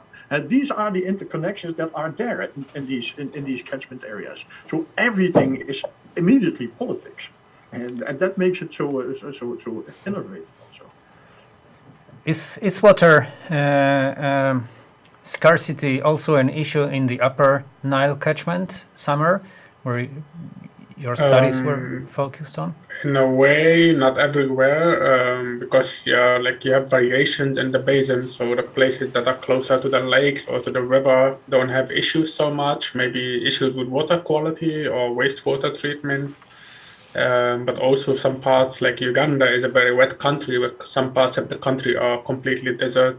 Also the Suud, if you live very close to the Nile in South Sudan, then you are prone to flooding. So they go live outside and they don't have enough water to do agriculture. So it's not a very simple thing. Sometimes you live very close, but to make a ditch to connect to the river is also a hassle. So some people don't have access to that water. Of course, I think water quantity is not so much the issue, but also water quality is a big issue. So sanitation and sewage systems. Mainly sanitation, also for drinking. Like in Uganda, they have a big problem with E. coli or things like that, especially around urban areas where the wastewater and the drinking water are basically the same or interconnected. You mentioned that many peatlands in the Nile Basin are transboundary, like peatlands generally frequently are. Can you count on a transboundary cooperation there for protection of these peatlands, or? This is so far the idea that there should be a transboundary collaboration in protecting the peatlands. Like as I mentioned, the example of the peat extraction in Rwanda that is happening on one side of the peatland, but on the other side it is not. So that is also a question: how do you, in the long term, stabilize the peatland if you extract the peat? Because it's a 20-meter peat. So if you extract up to 15 of it from one side, that means that the other side, the peat might also start to move. 20 meters. So the development issue, of course, has to go hand in hand also with the restoration issues or the conservation issues. I cannot speak for the stability of the political situation. The Nile Basin Initiative in the end is sort of every government is committed to support the initiative, but they don't always participate in every decision that is made. So you have the decision making is not always straightforward. You have Uganda and Rwanda, for instance, have a very volatile relationship. So sometimes they close the border completely and they don't allow any crossing. Rwanda and Burundi have issues, and that also translates into all the collaboration that happen. I must say, when it comes to peatland, it's really difficult to predict, because if somebody decides to build a dam on one side or extract peat on one side, they are not very concerned with what happened on the other side. It becomes a race towards who does it first. And you must also recognize that there are real issues in the country. Rwanda, for example, is a country in which only 25% of the population has access to electricity. So the entire country has a production capacity of electricity of 270 megawatt. This single peat peat plant is going to produce 80 megawatt. It is really substantially going to increase the amount of electricity in an extremely poor country. Of course, then you get the problem, how do you create electricity? And then you see that fossil companies and fossil financiers have come in. In Rwanda, this is financed by Turkish lignite money. And the technique is provided by Finnish peat extractors that stop extracting in Finland. And they look simply, and these techniques, also these financial techniques and technical techniques, are available. The alternative, where we also have been thinking of, and where there has been initiatives to indeed use biomass there, of these huge peatlands, mow it and use that as energy generator. But that is a production line that has not been developed. And then it is much faster and much easier to go with fossil techniques, fossil in the sense that it is something of the past, because there you can quickly do something. And these transitional strategies have to be developed and financed, of course.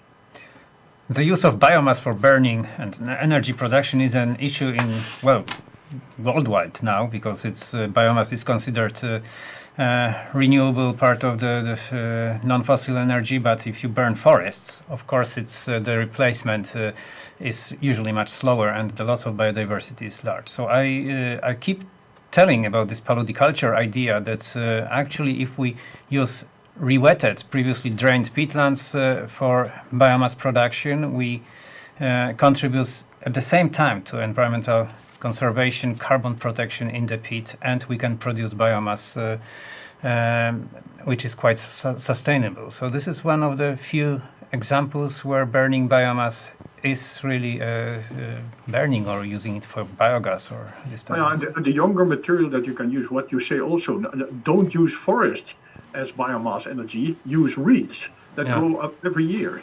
And these papyrus things, I have seen them, also naturally they are burning, like in the Okavango, burning, and then they grow up in a few months again. And the question is, when you harvest them, will they have still sufficient nutrients in them? And these things have to be found out. Or have you bring back the ashes into the system? And this has to be investigated quickly, whether you can make a sustainable harvest technique in such areas. And because if you have the alternative, cutting down the peat 20 meters, or making a mowing system, even a larger mowing system, then I know what I would choose.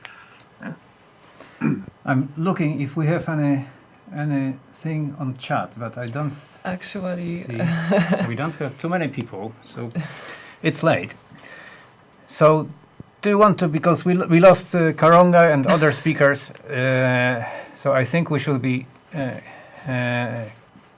coming to a closure of our day-long conference. But say something positive for the end. I'm very satisfied. I applaud your initiative. It was beyond expectation that you managed to bring together these problems in this context and these interconnection. I really a big applause for you guys that you have managed to do that, to come out from the Polish perspective into the world and bringing all these people together. I really admire what you have done. Thank you. I was actually asking you to tell something positive for the world wetlands, but thank you also for the compliment. Maybe I can second Hans in thanking you about that, and also it touches a personal issue for me, I think, as a person who grew up in the Middle East. But on the positive note, in our collaborations in the Nile Basin, when we came in 2-3 years ago, many people haven't heard of a peatland, also like in the Ministry of Water and Environment in Uganda, although they are sitting on those wetlands. They consider them a wetland, they conserve the surface, but they didn't consider the peat under. But now they are making steps to make a commitment into the Paris Agreement and the national determined contribution to convert or stop the drainage and rewet the peatlands in Uganda, and maybe do some paludiculture on the way. So that is a positive note, and we hope that this could be like a snowball effect that maybe other countries buy into that as well. Thank you very much. I think, I made my... Here too. I also Yes, have some I positive would observations. I So would like to say, yeah. Oh, yeah. So, for the Sahel, especially in Mali, we can say that there is a good perspective for wetland Karunga, can you conservation. switch your camera on? We don't see you. Yes, I forgot. So there is a good perspective. Now we have growing awareness about wetlands importance in the economy, not only in the optical of ecology, but in the economic optical. And there is a support of all the partners for conserving, protecting, and restoration of wetlands in Mali, in Sahel in general, and especially in Mali. And finally, I would like to thank you very much for inviting Wetlands to join this interesting meeting. I appreciate it a lot. Thank you very much. Thank you very much. Thank you very much. Now, And my your word, positive please. perspective is that I think after this meeting, I have a new perspective on wetlands. It's like you, Hans, mentioned that for people who lived in the forest, seeing the wetlands and the horizon, it was a new perspective. So you could see new landscapes, and it was more opening. It was opening for that people, and for me, it's also opening that you know, you Hans started your presentation with this scary connections with meanings of wetlands. And now I have this new perspective, like we have these open landscapes without borders, that wetlands are out of borders, that they connect people, that they connect places. And I think that was in the TEDx talk, of Cave, that people are sometimes prisoners of their own perspective, and we need to get to know other perspectives. So maybe we would have some new thoughts about how to save wetlands. If There we is are another very important message of peatlands. Peatlands you can walk on. You cannot walk on water. You are not sure whether it is everywhere stable. There is insecurity in there. You might not know everything, but you can proceed if you know where you want to go to. So I think that peatlands have a very strong message. We know where we have to go to. We are not sure of everything, but we know that we can do it. In a peatland you can walk. Even when it is unstable, you do not go through. And you must trust yourself and you must continue. And that is the message that peatland bring also for our action in politics. We know where we have to go to. We are not sure of everything, but we know the direction. And we have not to wait before we are completely sure that we can do it. We have to start walking in the right direction. And that is the message also of peatlands. Thank you very much for this message. I really like it. And I also have a message.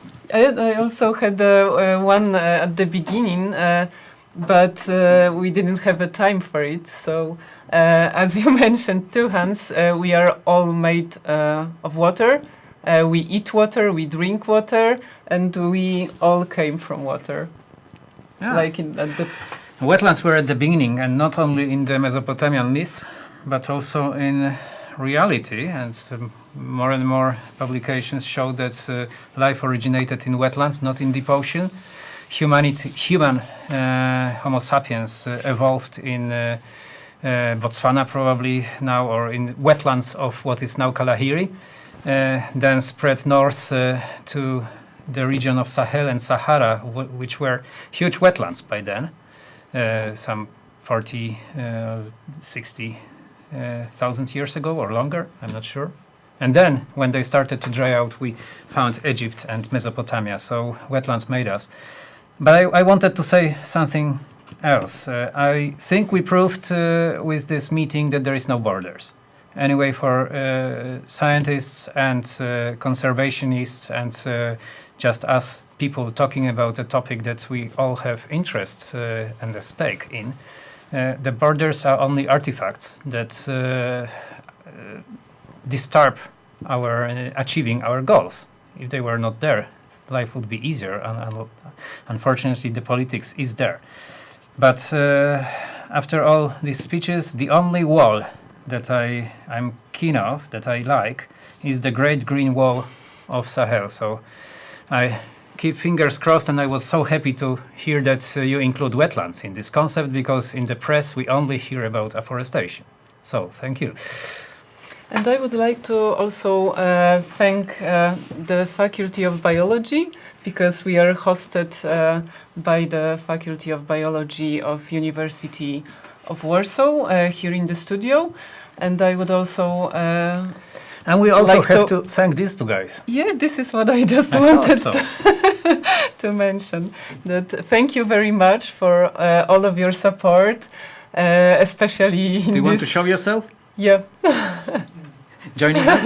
Is it possible you can leave your headphones and chairs for a moment and show that we have Michał and Robert with us, Real people there. who were fighting with all the technical difficulties, which were not nobody's fault. I think you have to. Yeah. Okay. Thank you This is very Robert, much. and this is Michał, and we managed all the transmissions, and it wasn't that easy. But it was. Thank you. And this is not the end of the list. I would like to thank very much Łukasz Izert, who created the poster for us and all of the graphics. And I would like to thank very much our simultaneous interpreters, who are Sylwia Szalkowicz and Beata Muskała. Thanks to them, all of the Polish-speaking audience could understand everything that you said. And I would like to thank our Q&A team, because actually there was a half of board of Wetlands Conservation Center on the line. It is Ewa Jabłońska, Łukasz Kozub and Marcin Mazurkiewicz that were helping us with the chat. With the chat, and they checked and informing us when something went wrong. Yeah. So thank you very much for visiting our event and taking part in it. Thank you, and thank you all for the support. And thank you, Magda. Thank you, Victor. Thank you. Thank you. Bye-bye. Bye-bye. Thank you. Bye. Thank you. Bye-bye. Bye. Bye.